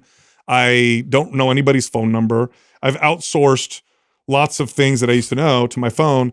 My worry is with these devices that people become more disconnected from their bodies, more like, oh, what does my more app say? dependent on. Did I tell you guys? Yeah, what does this say? What does that say? Did I tell you I looked up getting a beeper? I actually looked up. There's a company that still sells beepers. I remember you talking about that. Yeah, I was like, you know what? Did you actually For buy that one? same reason, I'm like, you know what? Maybe if I just fucking put the phone away and leave it at the house all day, or leave it in the drawer somewhere, and just keep my beeper for emergency reasons. We're gonna text you boobies. There's Boobies. Remember that? I would boobies. all day long from you assholes all the boobies. time, sending me dumb shit. 143. Yeah, this is not working. 143. All Yeah, the just people listening, what is that? 911. That's the only reason why I'm going to go to my phone. Otherwise, I'll call you later. My name's Jason Murphy. I'm from Nova Scotia, Canada. I'm just going to jump right into my question here and then give you some background information. So I picked up listening to you guys summer of 2022. I don't think I've missed any episodes. So I've heard you talk a lot about walking and cardio and the signal that it sends. So my question is, with the idea that cardio sends an endurance signal to the body that can conflict with the strength building signal, at what point would the intensity level of walking shift from recovery and healthy movement, to cardio and interfere with the muscle building signal? So I'm thinking in terms of, intensity, volume, how many times a week, frequency, number of steps, those types of things. And I'll give you some background and the reason why I'm asking the question. So right now I'm 40 years old. I've got 2 boys. I've got a high intensity job working for a regional center of education. I own 2 businesses. I'm co-owner of a microbrewery and I'm sole owner of a property development company. I've got an awesome girlfriend, so life's busy for me. I do like to run. So in the spring, summer, fall, I like to run twice a week, 5 kilometers, and that takes me between 22 and a half and 25 and a half minutes to do that. So back in 2022, I was weighing 250 pounds. I was doing a lot. I was trying to get 100,000 steps per week. I was running 3 times a week. I was strength training 6 times a week, eating 2,200 calories with the occasional summer barbecue where I got up to, 3,000-4,000 calories. Wasn't happy with my results. Listened to you guys. I decided it was time to try a reverse diet / bulk. Reversed way too hard. I did listen to your metabolism boosting episode somewhere back in October and bought the metabolism boosting pack. So I got the Guide to Reverse Dieting, Powerlift, Anabolic. I will say through that reverse, I did get up to 275, but I did hit some PRs. I did anabolic. I followed it with symmetry, and then I did anabolic again, and I was able to squat 405 and deadlift 495. And after that, in January, I decided I need to start a cut again. It went well. I did anabolic, I did aesthetic, and I did phase 1 of cardio. In April, I picked up running again 1 to 2 times a week. I aimed for 10 to 12,000 steps a day, and I got myself down to 225 pounds. My squat was still 405, and my deadlift dropped to 455. So right now, my goal is to reverse back out of this. I want to keep my weight below 240. I want to get up to 3,200 calories per day. I plan on doing it slow. I'm hoping to hit 3,200 calories around January.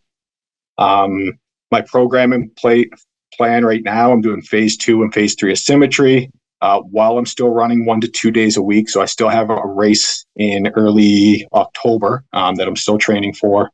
And then after that, I'm going to head into anabolic advanced. And I'm going to drop the running because I'm a fair weather runner. I don't like doing it when the weather's shitty. So I'm going to back off of that. I guess my question is, again, at what point what signal should I look for to know that I'm interfering with that muscle building signal? Because as I get into anabolic advanced and reverse dieting, I want to build muscle and I want to gain strength. Yeah, Jason, are you like 6'5"? Yeah, how tall are you? That's what I was just going to ask that. I'm only 5'11". Jinx. Whoa. You're 5'11", you bulked up to 275, and then you cut down to 225? Yes. What's your body fat percentage at? Do you know? I don't know exactly. I've never measured it. I try and compare it to pictures. I think this summer when I was 225, it would have been right around 20%. Were you jacked or were you fat? What'd you look like at 275? Well, so I gained muscle and strength, but I was way too fat. Okay, so a 50 pound. You do not look like somebody who even could carry that. Yeah, you look way leaner than that. Trying to picture that. A 50 pound swing in body weight is a lot. At your from 275 to 225 at your height is way too much. Yeah. I thought so you didn't do a reverse diet. You went ham. Yeah, bro. You binged. And then the cut sounds a little aggressive, and you're doing a lot of extra. Like, what's your goal? What is your goal here? Is your goal just to move and be busy? Do you have a specific goal? I mean, I've got 2 young boys that are busy, so I want to be able to keep up with them, and I can now, which is good. I want to be strong, but right now, as I get into next summer, the long-term goal is aesthetically, I want to be better than I was this past summer. So I'd like to be 225 or less, and instead of 20-ish% body fat, I'd like to be 15-ish% body fat. Okay, well, I mean, you could do all that with all the running and stuff too. So here's the deal. I'm going to give you a general answer because context matters here with the question that you asked.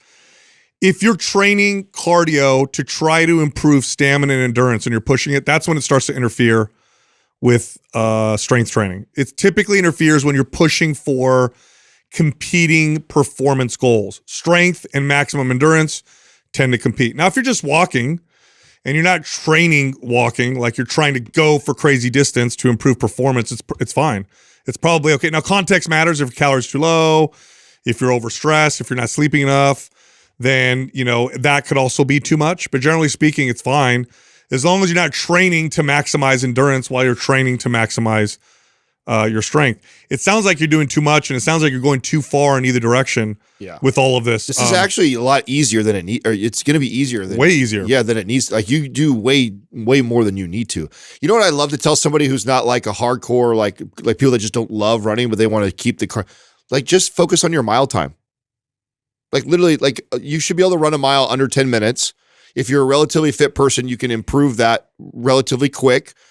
And I tell you right now, very few times in your life are you ever going to have to chase anybody longer than a mile, and you're going to be just fine. Like, people go from that to like 30-minute, 40-minute, these huge, like, unless you want to be really good at doing 40 minutes of cardiovascular endurance type training, then there's no reason to train that much. I would literally run a mile. Like, I would run a mile and improve my mile time and find a place you love it at where you feel like, man, I feel good when I keep it under X amount of minutes, and maintain that. And you could literally do that every other day running before you train. Yeah. It's that simple on the cardio side.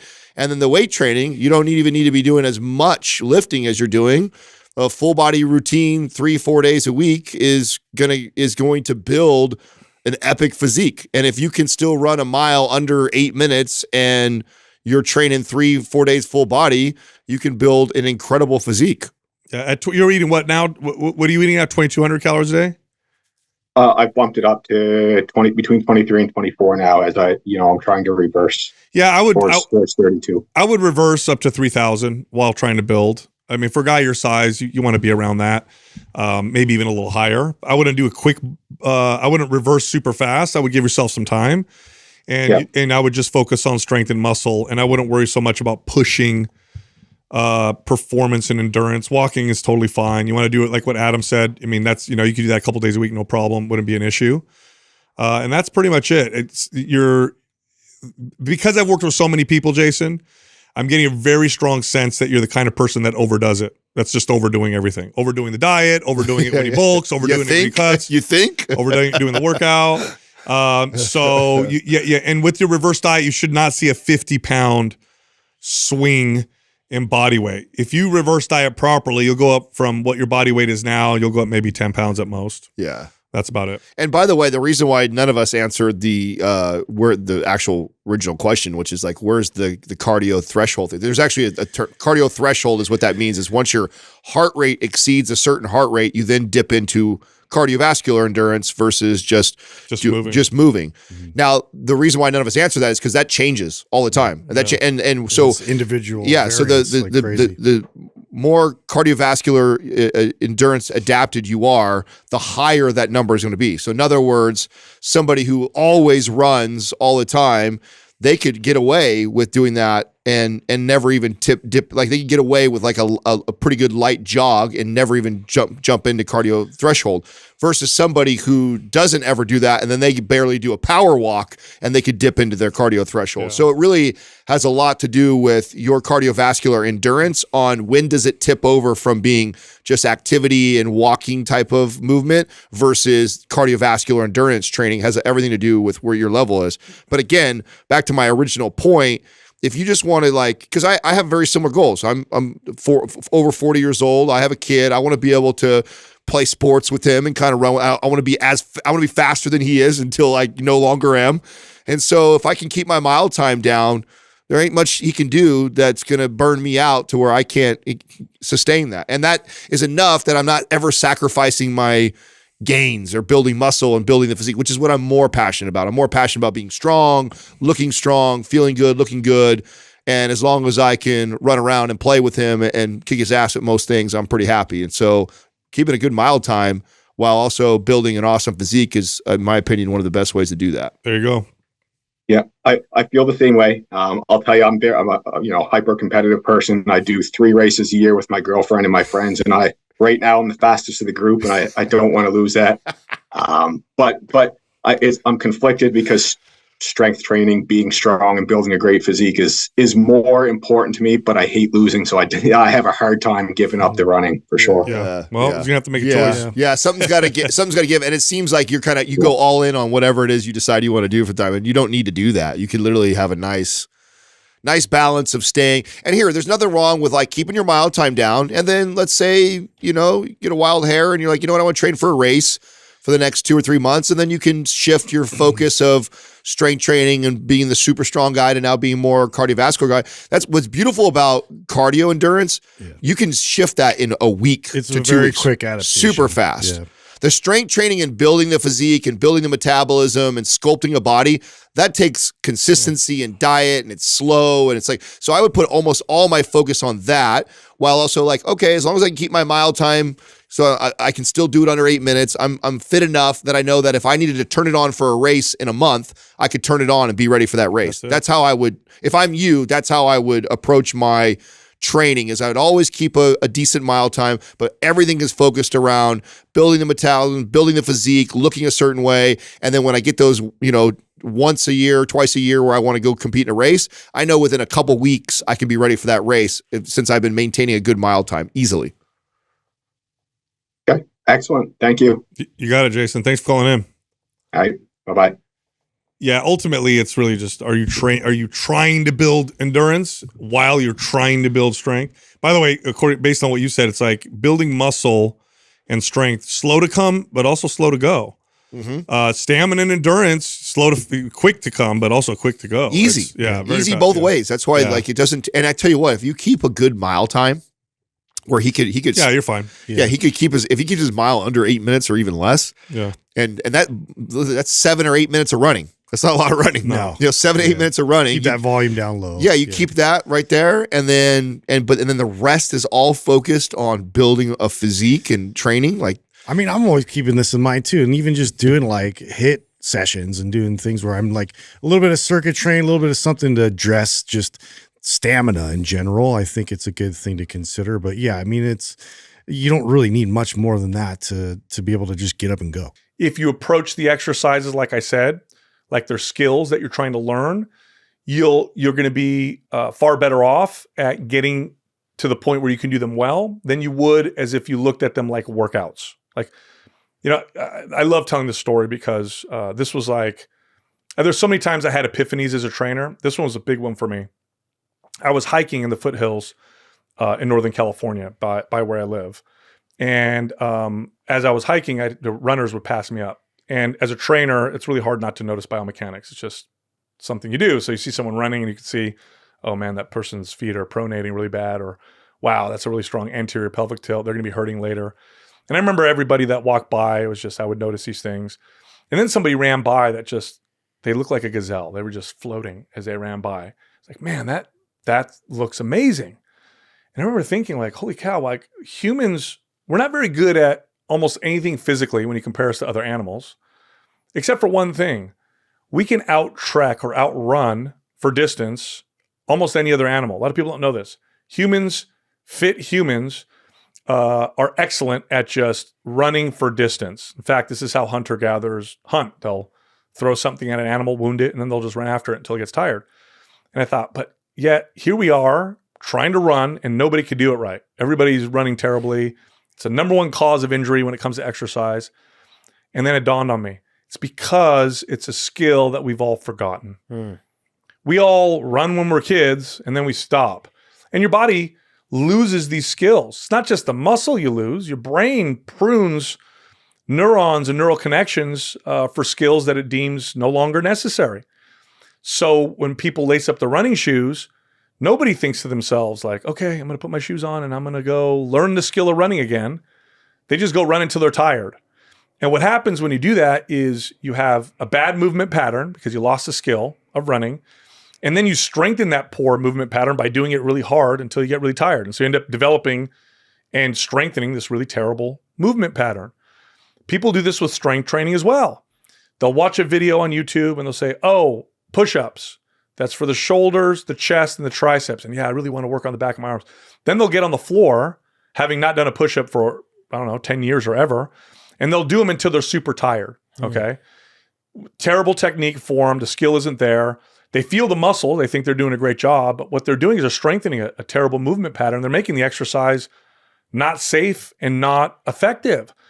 Instead, what you should do is view exercises like you're watching someone swing a club, playing golf. Like nobody goes out and says, I want to get better at golf and just swings as hard as they can, as fast as they can until they get tired, right? That would not make you a good golfer. They go slow and they practice each step and how do I do this right? And let me get good at this. View these exercises the same way. Okay, that's what a squat looks like. Let me try it. Well, if I go down any further than this, looks like my knees start to cave in. My heels come up. I feel it in my back. So I'm not going to go down that far. I'm going to practice the part that I can do well. And then I'm going to test myself again next time to see if I could do it a little deeper and do it right. And then over time, you develop the skill. But guess what else is happening over time? You're getting stronger. You're building more muscle. You're getting the benefits. You're not getting the potential negatives or the risks of injury. So that's how I would communicate it to the average person or to your parents. I'd say, try these exercises, try to perfect the skill of them, and don't worry about working out. You know what I want you to do, Mom? I want you to, every day, practice sitting down and standing up out of a chair really slow and controlled. That's a squat, right? That might be a great way to start. So Mom, when you sit down, don't let your knees cave in and don't just plop down on the floor. See if you can lower yourself real slow and gently touch the seat and then sit down and then stand up. And do that until you notice your form is kind of off. And maybe that's 5 reps, maybe that's 10 reps, who knows? Practice that and say, okay, now we're gonna try a push-up. I don't think you're gonna be able to do this on the floor. That's kind of a high-level version of a push-up. Try it over here on the desk or the table. Go down real slow and controlled until you feel like it's not controlled anymore, and then come back up and practice that. When you get better, try to get a little lower. And then when you can do that perfectly, go on a lower table or a chair, and then eventually onto the floor. And if you do it that way, well, now you're training yourself. Now you're doing it the right way. That's great. I love that. I'm always chatting with different folks who talk about the benefit of strength training, but literally there are people who are listening today that are like, I am just starting with the basics. And that breakdown that you had was a great explanation of how to start with the basics. Yeah. And you know what the beauty of this is? Those basic movements, squatting, and there's many versions of squats. Okay. So people can think like the, powerlifting or bodybuilding squat with a barbell. That's a squat. So is standing and squatting. So is sitting down, standing up. That would be a squat. So is sitting down, standing up on something that's high. If it's really hard for you, that would be a squat. Pressing. That's another fundamental movement. So pressing your body this way or something away from you or up above your head. That's another form of pressing. That's another important fundamental movement. Pulling. Pulling is an important movement. So that could be pulling towards my body in this direction or from up high and down. So that's an important type of movement. Some type of rotating is also really important. Being able to twist your torso and your body.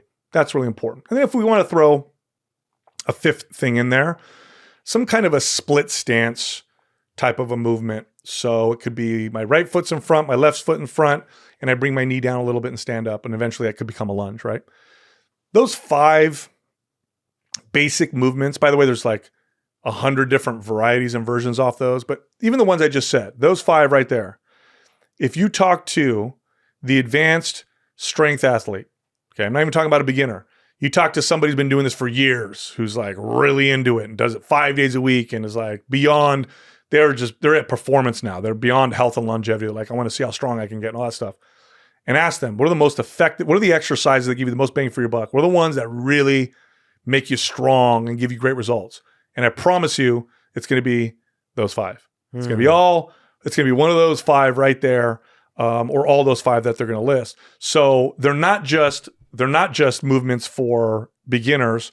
They're movements for everybody. There's just ways you do them when you get started, and then there's a way to progress them as you get better. But to say, I squat just like I told you, you could have your mom sit down and stand up. I do squats all the time. Mine look different. I have a barbell on my back and, I'm doing a lot more weight, but it's the same thing. I love it. You were chatting a little bit about diet, and at the beginning of the episode, you talked about a few dietary principles. One of them being this idea of prioritizing protein, having 30 grams of protein at every meal, and what that does. Give us a little bit of a recap on that, and then take us through a few other dietary principles, do's or don'ts. And it doesn't even have to be about specific foods or macros. It's just your worldview that you think of. You mentioned another one that I'll just highlight for the audience. I don't think we have to recap this one. You really explained it well. This idea that you focus more on adding in, which obviously that goes right into the protein conversation as well, versus removing. You're not going to immediately focus on like, let's take this away from people. Let's focus on adding. And when you combine that with the strength training, you're already starting to see this momentum that people are making. The clients you've worked with before, the people that listen to you and your podcast that are implementing this. And so they already start to develop, some momentum that gets them excited. So let's talk about the diet side, remind us again about the protein, and then walk us through any other dietary principles that are part of your world. Yeah. So if you look at studies, so we'll start at the top here. Okay. Like big picture. If you look at studies where they take obese individuals and have them see a dietitian or a nutritionist or someone who gives them a diet, and you compare them to obese individuals who see a therapist, okay? The people who see a therapist have a better success rate than the people who go and see a dietitian or a nutritionist. Wow. Okay. What does that tell us? That tells us that we're focusing far too much on the ones and zeros, like I said before, the program, eat this, eat that, don't eat this, don't eat that, and less on the why. Why am I doing this? Why am I driven this way? Why am I reaching for these things? Why is it so hard for me? Okay. And that's the thing that we need to start with. So let's start big picture first, but then I'll kind of zero in because it gets a little esoteric at first. So first off, we all have a relationship with food.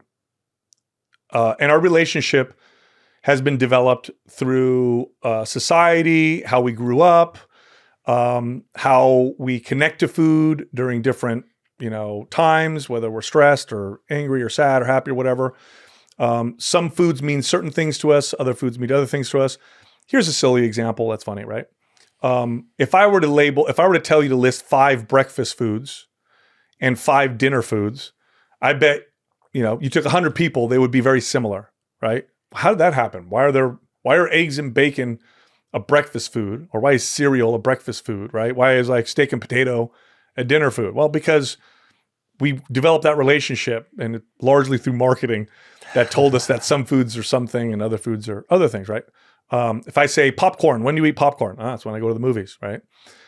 So this is something that we need to become a bit aware of. Most of us have developed a relationship with food that revolves around palatability. Palatability is the top thing that we use to develop our relationship with food, okay? Is how palatable something is. In fact, most people watching this right now have probably never even felt what it feels like to be hungry. I know people are like, what are you talking about? I get hungry every day at noon or whatever. Not really. Hunger doesn't set in until about 48 hours of fasting. That's when you start to feel, anyone who's ever fasted who's done like a spiritual fast where they go for, 48 or 72 hours will tell you, it feels very different to feel hungry.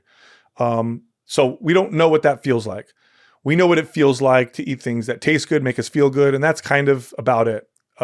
Most of us don't even know that certain foods make us feel other ways. Like I used to get clients who would tell me that they would take antacids every day at noon because I just get heartburn. It's just something that I have. And then eventually we realized like, well, it's the bagel that you eat every morning. They never connected the two. They had no idea that it was that caused that. Okay. So our relationship to food is extremely important. And I'll start with this because that's a complex one, but I'll start with this. Are you trying to eat healthier or better because you hate yourself? Or are you doing it because you love yourself? Okay. Most of us do it because we hate ourselves. I hate the way I look. I hate the way I feel. I'm inadequate. I'm lazy and whatever. So I'm going to change how I eat. If you go into changing your diet from that standpoint, food becomes restrictive. Food becomes a reward. It becomes a punishment. It's not enjoyable to eat quote unquote unhealthy. It's tyrannical. It's what I do to me because I hate me and I'm bad and don't have discipline or whatever. And so this is how I'm going to eat now. So here's a clue to that, by the way. If somebody's on a diet and you offer them, let's say, a food that's not on their diet, like, hey, you want a cookie? They'll respond with, no, I can't. No, I can't. I'm on a diet right now. Or no, I can't. Like, what do you mean you can't? Of course you can. You don't want to or you want to. It's very different, right? Now let's define what I said about love, self-love. It's not a feeling. I say that because people are like, what do you mean love myself? I don't always love myself. Of course you don't. But it's an action. If you think of it as an action, that's really what love is, right? Like I have kids. I don't always like my kids, but I always love them. I try to do what's best for them. So think in terms of eating healthy from the standpoint of you're trying to care for yourself. Start there. It's very important because then eating healthy doesn't feel restrictive.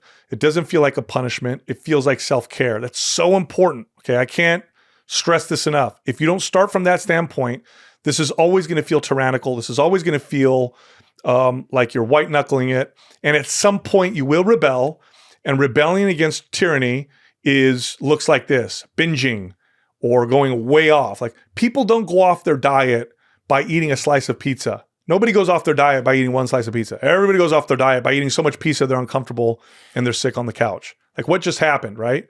So start with the standpoint of, okay, I want to care for myself. I want to eat in a way that cares for me. So let's start there first. And just to pause you there, if somebody's listening and is like, you know what, I want that, and I also know I'm not there and I need that, then is that where you're saying, hey, maybe we find a therapist first? Let's find some support around you to help you get there. If you genuinely feel that you're stuck and you can't get there alone, like you're so spiraling downward, or you just have so much self-loathing, or maybe you're stuck in depression and you don't know how to get out, is that where you would say, okay, let's find a therapist to help you so that you can actually at least start to step into some elements of self-love? Yeah, the greatest success I had with clients were when it was me and they had a therapist at the same time. It was the success rate went through the roof when they had both of us working with them. The physical and the mental. It was like, oh, this person's gonna. I mean, we've done so many episodes about tackling depression through movement, through improving blood sugar, through metabolic health, etc. So I 100% believe that. Yeah, absolutely. But, let's say, okay, I don't want to go that route. Just start with what I'm saying. Okay, I want to care for myself. Now, I do want to be clear. Palatability and the enjoyment of eating is also a value. So I'm not saying it's not a value, okay? I'm just saying it's not the only value. So what's happening is we're basing our decisions off of one value, one true understanding. It's like picking a partner to marry based off of looks and looks alone. Could you imagine the disaster? Well, I know. I mean, a lot of people have that disaster, right? Where it's just looks. You don't care about anything else. It's just about how attractive they are, right? That's obviously going to cause a problem. So palatability, yes, there's value there.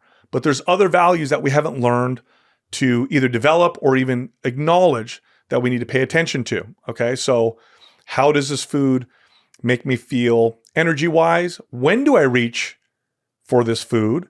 How does it affect my digestion, my skin? By the way, you're going to have to pay attention to these things at first before they start to become automatic, because most of us are not even aware that these foods affect us in particular ways. How does it affect my sleep? How do I feel while I eat it? So start paying attention to those types of things as well. And then let's do this. Let's look at food and let's realize that one of the biggest challenges we have with eating properly is it's really hard not to overeat. It's just really hard not to overeat. Okay, now I'm going to add something to that. When we eat foods that are designed and engineered to make us overeat, it's actually not normal, or should I say, not typical or common to overeat when you eat foods that are not designed to do that. A lot of people don't realize that. There's this myth that humans are eating machines. If you just put food in front of us, we'll eat until we're all obese and sick. That's not true. We have natural systems of satiety that we evolved with that tell us when it's time to stop eating. Overeating 5,000 years ago had its own risk. Now, it's probably not obesity because it's probably real hard to be obese. But if you overate to the point of gastric distress or issues, that meant death. Okay, so we have natural systems of satiety that we've hijacked because food scientists have done an incredible job at designing foods that overcome that. And we have studies now. Some of the best studies in nutrition that exist are some of the studies I'm about to talk about in terms of how foods affect these systems of satiety. So they've got studies now where, and I say these are some of the best studies because the studies on nutrition, a lot of them can be quite cloudy because they require self-reporting and they're not controlled well. And gosh, you tell somebody, how many tomatoes did you eat over the last month? It's like, okay, I don't know, 5 or whatever. But if you could put people in a lab and watch them and count what they're eating, now we're getting a better, more accurate picture. Well, they've done studies where they take groups of people, they put them in a lab, and this group over here has unlimited access to heavily processed foods. These are engineered foods, okay? Heavily processed foods. And then this group over here has unlimited access to whole natural foods. Foods that, or maybe one ingredient, apples, bananas, nuts, meat, that kind of stuff, eggs, right? So heavily processed foods, whole natural foods. Then they watch them. By the way, they also, for people who are like, oh, it's the macros. No. They also have similar macro breakdowns. They actually did a pretty good job with this. It wasn't like they all had all sugar over here. Sure. It was a pretty similar breakdown. They watched them and observed. Then they took those groups, and I love this, they switched rooms. Okay? So who knows? Maybe this group over here just eats more and this one. No, they switched rooms. And they've done several studies like this. Here's what they found. On average, people eating heavily processed foods will eat daily 600 more calories a day. Wow. On average. That's a lot. That's like 2.5 hours of running for the average person on a treadmill to burn 600 calories. Okay. Why is that? Heavily processed foods They're not inherently unhealthy, although most of them are. They're not inherently evil or anything like that. It's just the vast majority of research and development that went into those foods, the vast majority of money and production that went into those foods went into making them hyper palatable. Okay. If you ever talk to a food scientist, they'll explain this to you. Like they've got it down to the point. Like they know the right combination of salty, sweet, texture, sound it makes when you crunch on it, residue that it leaves on your fingers, the sound the bag makes when you open it, the color on the bag, like all of that, that'll make you eat more than you would if it had, let's say, a different combination. I had Chris Kresser on the show years ago. He's a phenomenal example. He said, if I gave you 5 plain boiled potatoes, plain, and I told you to eat them all in 30 minutes, would you be able to? And I was like, oh, I don't know. I'd probably gag. And he says, well, if I gave you a family-sized bag of potato chips, would you be able to do it? And I said, yeah. And he goes, same amount of potatoes. Wow. That's how palatable potato chips are in comparison to the potatoes. So why am I saying this? If you're going to try and do what I'm saying, it's going to be really hard if you're eating foods that have been engineered and, billions of dollars over decades have been spent on making you overeat them. Good luck. So would you also put into that category, not as bad, but they're, if you go to like Whole Foods, still one of the top sellers is like potato chips. Yeah. They might be fried in avocado oil, but they're still potato chips at the end of the day.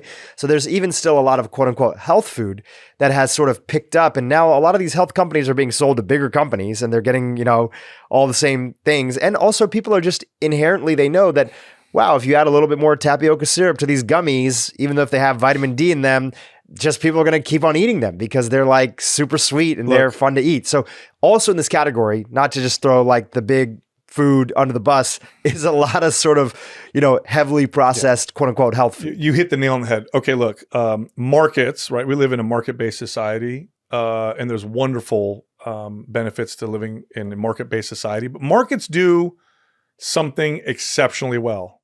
They give us what we want. They don't give us what we need. They give us what we want, okay?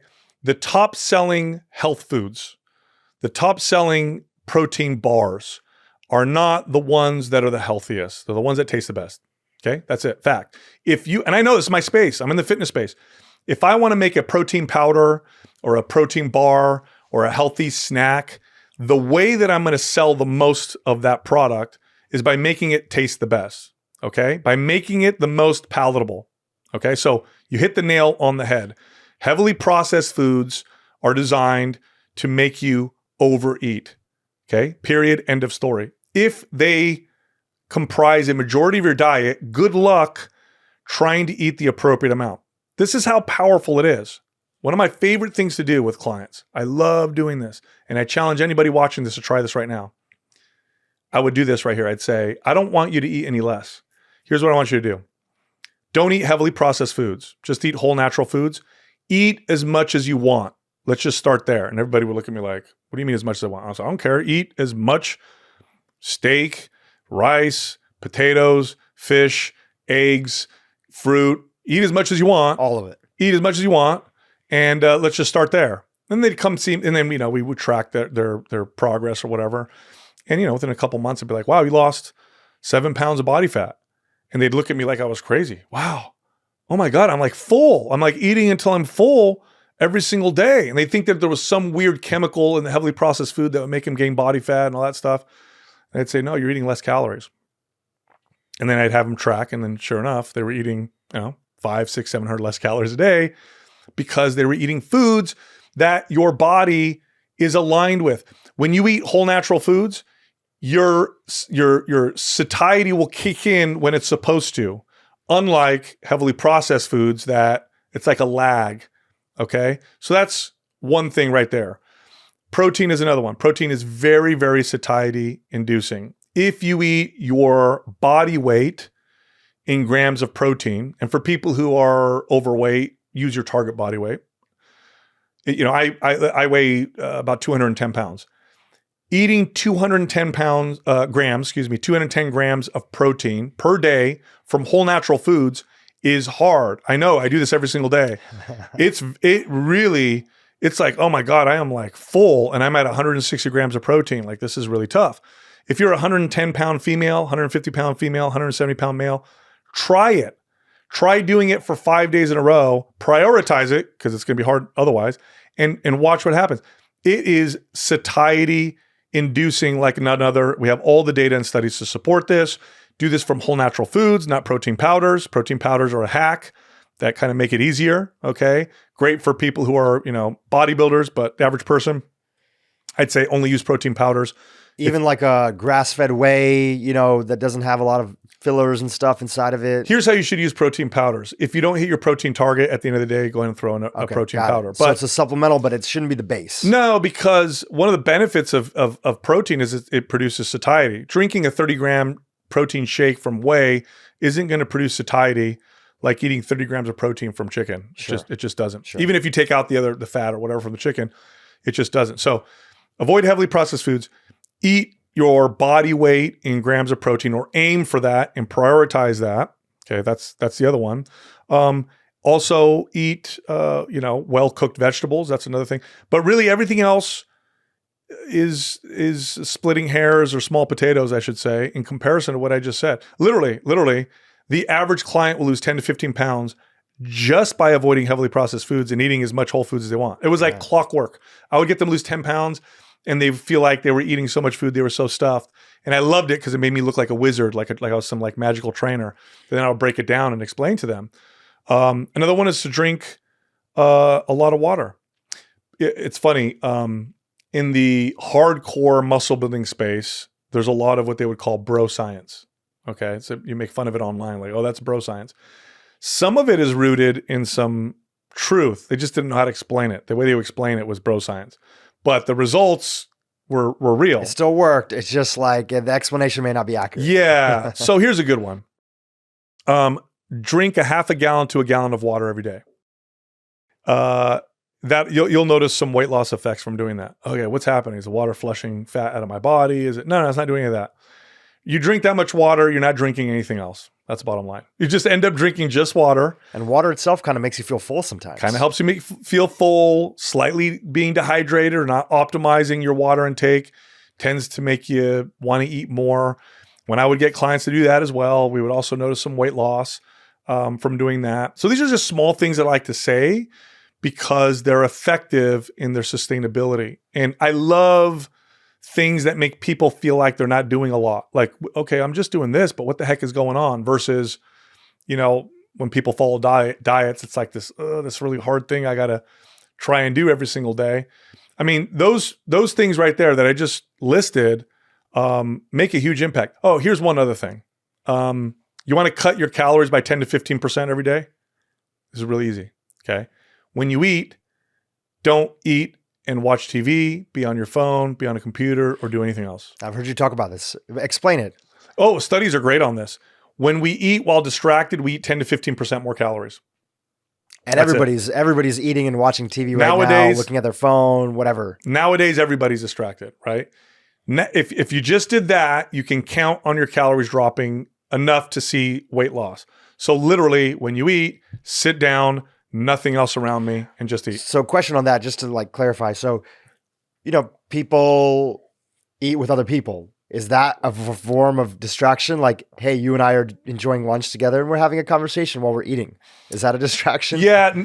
Okay. So I don't put that in the same category because the health benefits. You're not like completely tuning out. You're still correct in it. You're present. You're not like checked out watching this thriller or whatever. 100%. You're still aware. But also, I never want to negate the health benefits of connecting with other people. I mean, tremendous health benefits with doing that. So yeah, you sit down and you eat with someone. By the way, you ever watch people eat together nowadays? They don't eat together. They eat at the same time, but they're on their phones or doing what I said earlier. But if you're just like doing what we're doing right now and we're eating, far less likely to overeat. Plus we get to connect and we have a good time. So, which is another nutrient. 100%. I mean, that's kind of it right there. Focus on chewing your food really well sounds so stupid, but studies will show that'll drop your calories 10%. Like these are ways to alter your behavior. Your behavior is what drives what you do. You don't alter your behavior by telling yourself to do these things. Then you're fighting these natural behaviors. It's like, okay, I got to cut my calories by 600, but I'm going to eat heavily processed foods. Whoa, well, that's going to be a struggle. What if I cut those foods out, ate as much as I wanted? What happens? I eat 600 less calories a day. So this is the way I would communicate it. It's like going uphill versus downhill. Totally. Are you pushing uphill and you're pushing a boulder versus, are you going downhill with the natural momentum and the way that your behaviors are going? Still takes some behavioral change. But again, it goes back to the beginning of the conversation. This is going to be much more sustainable and you're more likely to hit that initial goal faster in the first place as well. Absolutely. You're also going to do this over time. You start to change, you start to develop a new relationship with food. I can't stress this enough. If you truly enjoy eating healthy, are you ever going to struggle with it? People who aren't in the space that we're in, like we love it. We love what we do. That's why we do this, right? They don't relate to us when we say things like, oh, I love eating healthy. Oh, it's so great. Like I love eating, like they look at us like, what are you talking about? Like that salad and that bowl of vegetables and whatever, that's not as good as a pizza. Like, what are you talking about? Like, first off, you and I know how tasty a pizza is. I'm not an idiot. Yeah. Okay. But that's not all the enjoyment that I get from food.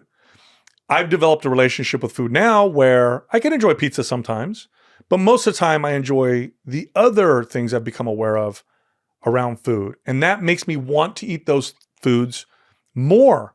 That makes me want to eat those foods even more than the slice of pizza, for example, because I know what comes along with that pizza now. I'm aware of it. Oh, my digestion's gonna be off. I'm gonna be sluggish. I'm not gonna feel as sharp.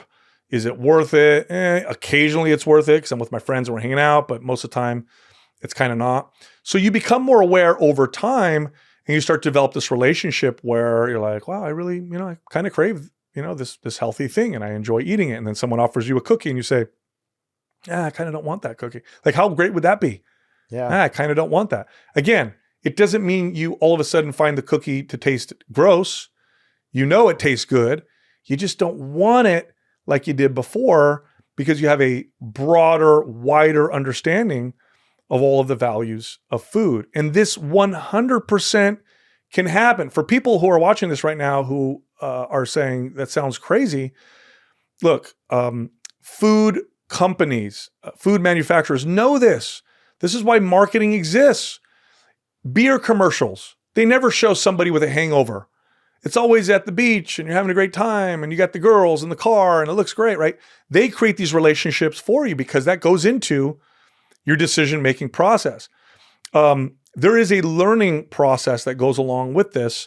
And most of us, when it comes to food in particular, are in the first stage, which is we're just unconsciously incompetent. We just don't know what we don't know. Now, you're watching this and you're listening, and let's say you start applying some of this stuff. Well, you're going to move into the second stage, which can be intimidating at first, which is you become consciously incompetent. This is where people sometimes get overwhelmed. Like, oh my gosh, all this stuff I don't know. Like, you're now aware of what you don't know. But stay the course. Start with what is realistic for you, because it does build off of that. Don't go beyond what's realistic. That's a big mistake. And then you move to the third phase, which is conscious competence. That just means you have to think about what you're doing. You have to think about what you put in your mouth and, oh yeah, how does that make me feel? And, oh yeah, I should eat this. And, I noticed my performance drop in the gym, and these are the foods that make me feel better with performance. And this makes me not sleep as good. So I think I'm not going to eat this tonight. But then when you do that over time, you move into the final stage, which is where you want to be, which you can get to, which is you become unconsciously competent. It's just how you live, how you eat. And people ask you, how do you do it? And it seems so easy. And it's so possible. I want people to know that right now. It is so possible. You do not have to become a fitness fanatic to get there. It's a place everybody can get. It's just we've never practiced it. We don't know how to practice it. My space communicates it terribly. The fitness space, the health space communicates it terribly. They're trying to promise you the quick fix. They're trying to prey on your insecurities.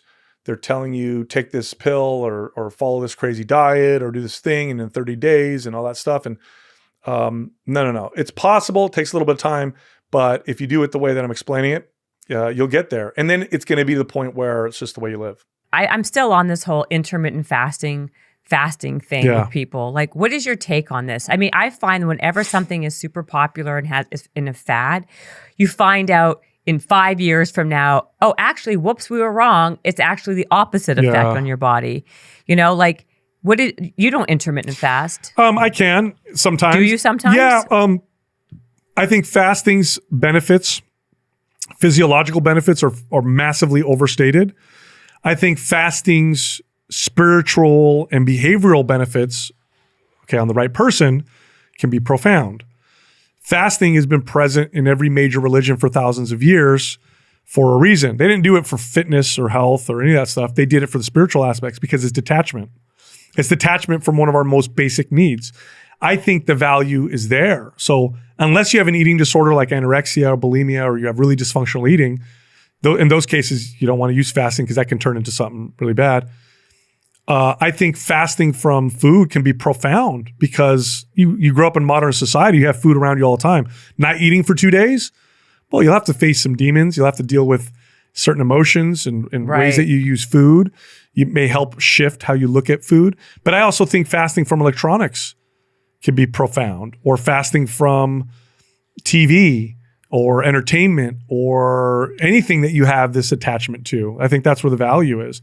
Physiologically, I mean, maybe some benefits. Calorie restriction seems to provide the same benefits. I think in some cases, fasting is probably unhealthy physiologically for some people. Maybe people under a lot of stress, fasting might not be so good. Women tend to be more sensitive to fasting than men in that particular regard. Why is that? I can't fast. It's impossible for me. A woman's body is much more sensitive to stresses that could render her infertile or dangerous to her young or to being pregnant. So going without calories, if the woman's body is already under a lot of stress or already really lean, that may make the body like freeze up because and change hormones to make the woman less fertile or whatever, because it's not necessarily a good environment for getting pregnant. So that's just a kind of like an evolutionary thing.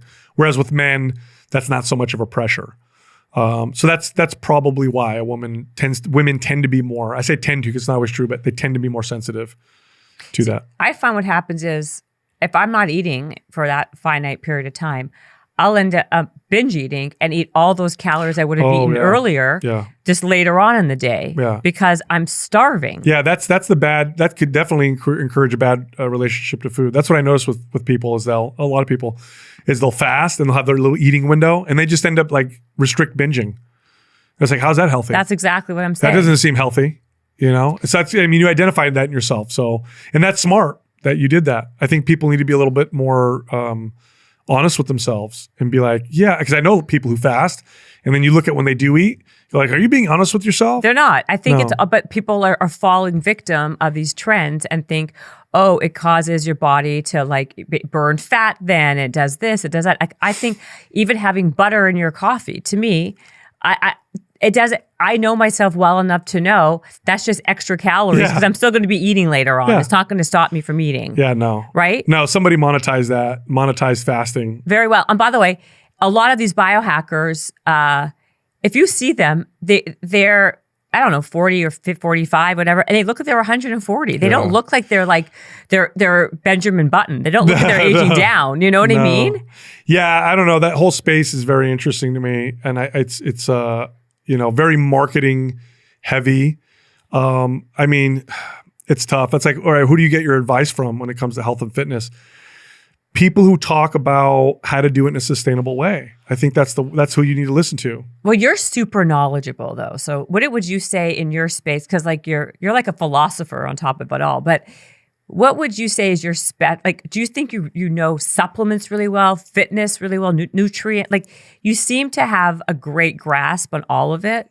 What would you say, not tricks, but what would you say are like key things that the average Joe who is someone who's active and fit could do that they don't know about? Like, is there like a supplement? Like, let's just say, if I omega-3, I know it's not omega-3, but I'm saying like in a perfect world to kind of things that people, why does this keep on ringing when I keep on, it says silent mode on and then it keeps on ringing. No.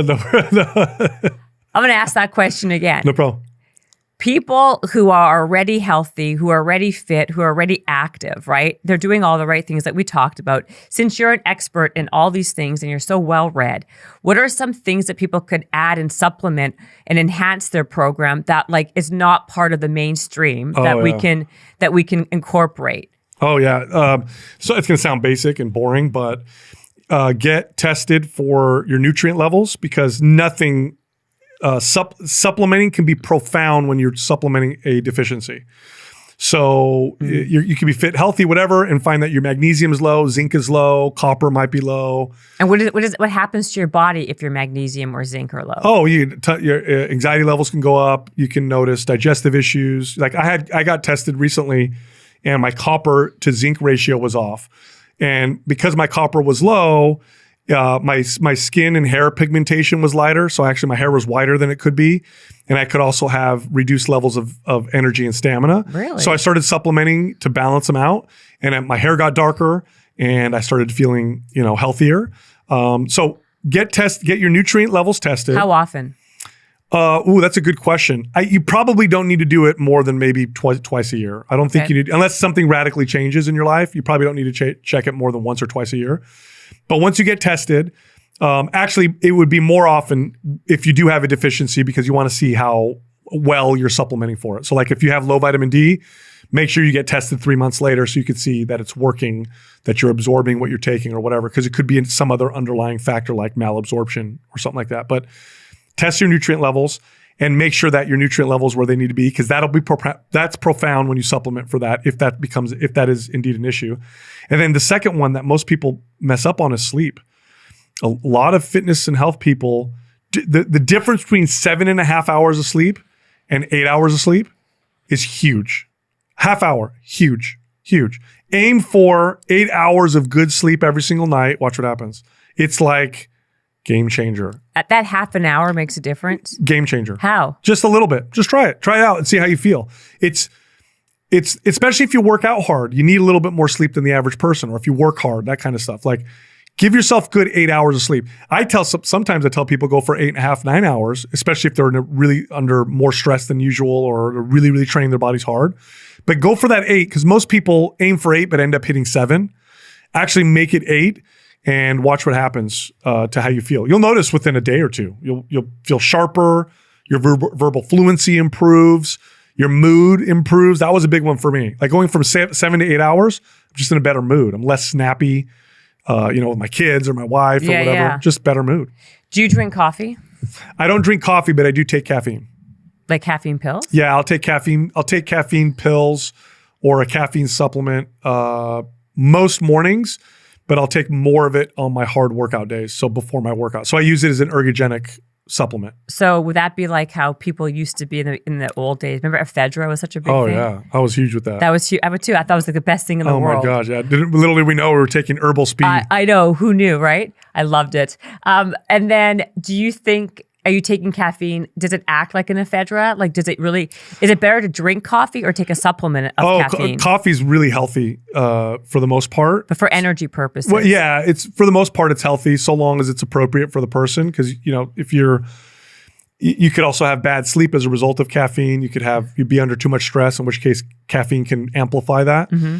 But the reason why I don't drink coffee is I don't tolerate it well with my gut. So if I drink coffee, it tends to bother my stomach. Do you have a lot of digestive problems? Oh yeah, that's where my health issues will lie. Huh?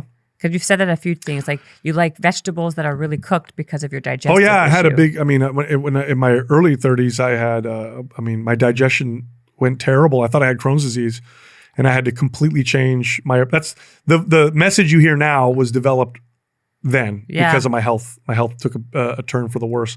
And it's that's where it hits me. I know other people, it's in other parts of the body, but for me, it's my digestion. It's your gut. Yeah, definitely. Okay, so you were saying, sorry, I didn't mean to interrupt you. No problem. Just finish what you were saying. You were saying so coffee. The coffee. Coffee's a great source of antioxidants. It's very healthy, even decaf, just because coffee itself is healthy. Right. So if you tolerate it well, it's the best way to get caffeine.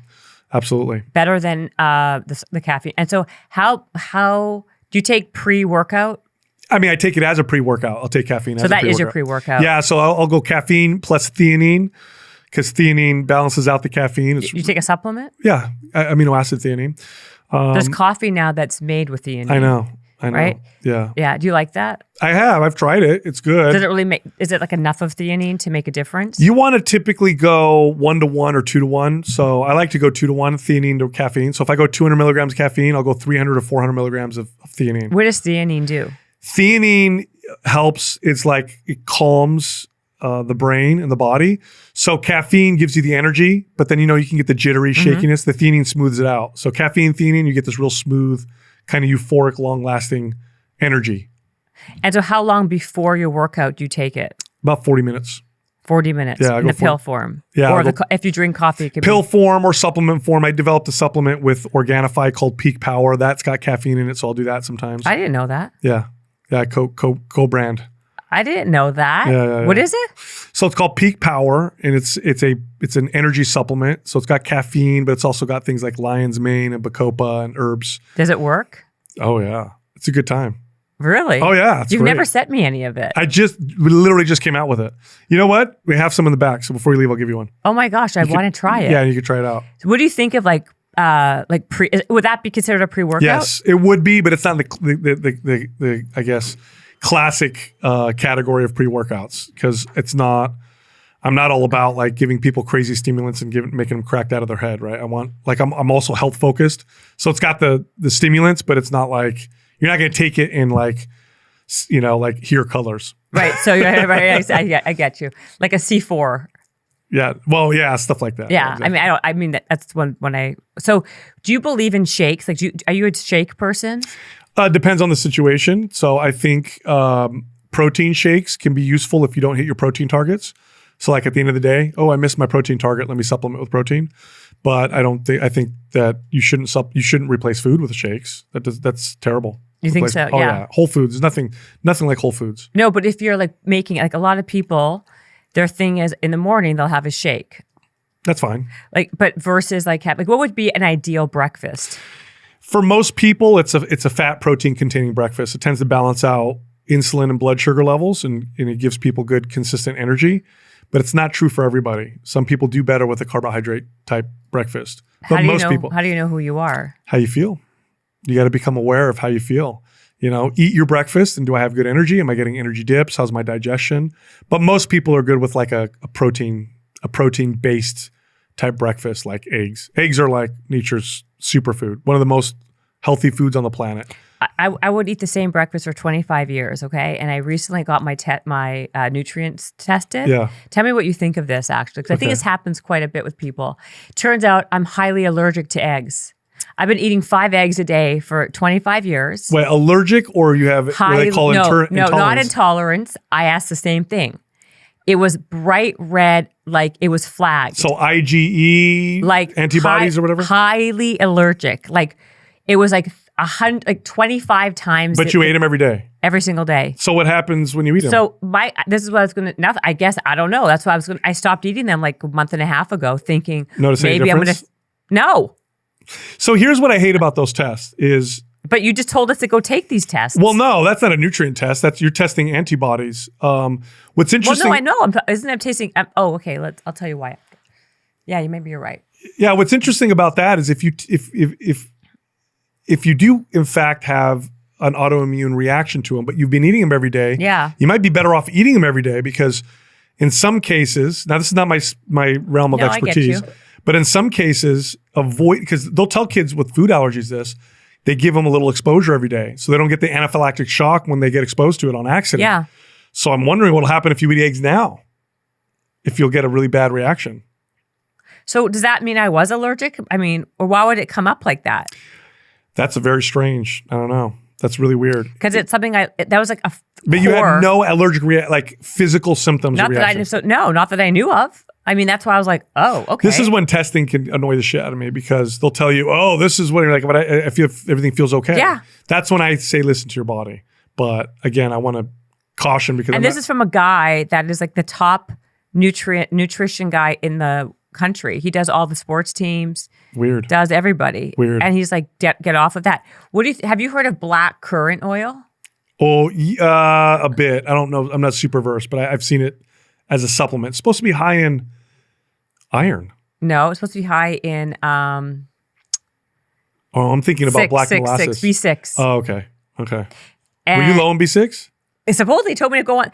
He says that's what I needed to be on. Also L-carnitine. What do you think of L-carnitine? I mean, if you eat a lot of red meat, you're probably okay with that. I don't eat a lot of red meat. I eat a lot of chicken. I like chicken. Yeah. L-carnitine's in chicken too. It's an amino acid. It's an amino acid, yeah, right? Yeah. But wait a second. So the shake. So let's get back to this, Brett. Yeah. Hey, you said something. You said the caffeine pills. You said the theanine. I got that. Give us some other things that you do and also some other things that the average Joe who's not you wouldn't know to do that can maybe help enhance whatever they have. Well, great. One of the best supplements known to man is creatine.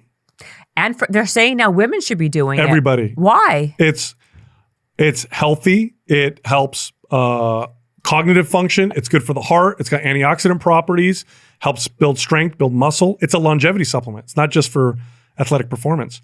Creatine, your body uses it to make ATP. ATP is what every mitochondria in your body uses as one of its primary sources of energy.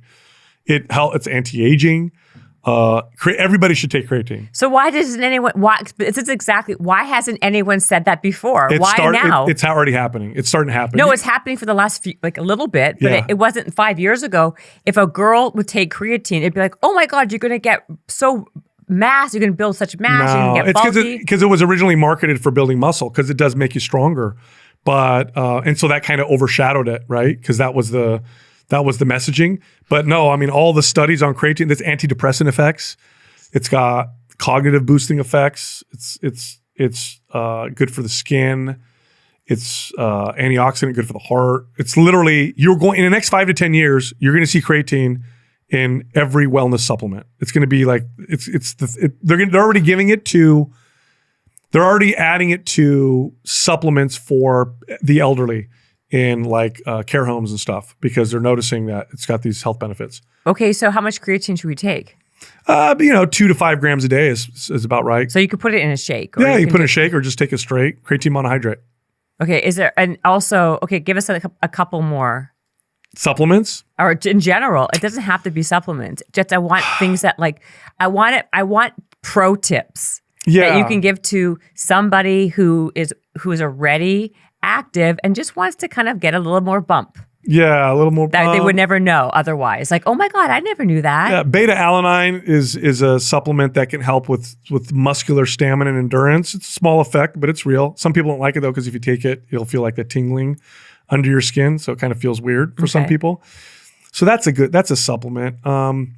Everything else is kind of like hit or miss depending on the individual. And what might work for one person isn't going to really do much for another person. I wish I could give you more, but supplements just aren't magic. It doesn't have to be supplements. It could be a food. It could be an exercise. Here, I'll give you. Give me your top exercise and your top food. Top exercise. I'll give you the top exercises. Okay, some kind of a press, some kind of a horizontal press, some kind of an overhead press, some kind of a row, some kind of a squat, and then something that includes rotation. There's 5 categories of exercises that'll really cover 95% of movement and developing your body. So there's that right there. Foods, here's a good tip. Whatever you're eating, eat your protein first. That tends to lead to more appropriate calorie consumption, better satiety, and you obviously, because you hit your protein targets, it helps with muscle building and fitness. So when you're looking at your dish of food, finish your protein, then eat the rest. So don't eat it all at the same time, kind of thing. Eat the protein first. Huh? Okay. Do you believe in a cheat day, or you think that's just silly? That's terrible. You just eat. Some days you eat other foods and other days you eat other foods. That whole concept of cheat encourages that restrict binge mentality with food, which I'm not a fan of. It's a dysfunctional way of looking at food. What are you cheating on? You know what I mean? Yeah. Who are you cheating on? It's weird. Yeah. It's weird. So you don't do that. No, I don't communicate it that way. All right, I know you liked that episode. If you did, check this one out. 30% body fat. For men, this is way too high. This is actually a bit high for women as well. So in today's episode, we're talking about how you can go from 30 to 10. What is 10% body fat? This is when you have a visible six-pack. Can you go from 30 to 10%? Yes, it's possible, but not if you guess along the way. So we're going to talk about how you can do that in today's episode. Now, there's a huge range, right, of like body types. Yes. Some people can run a little bit heavier or a little bit higher body.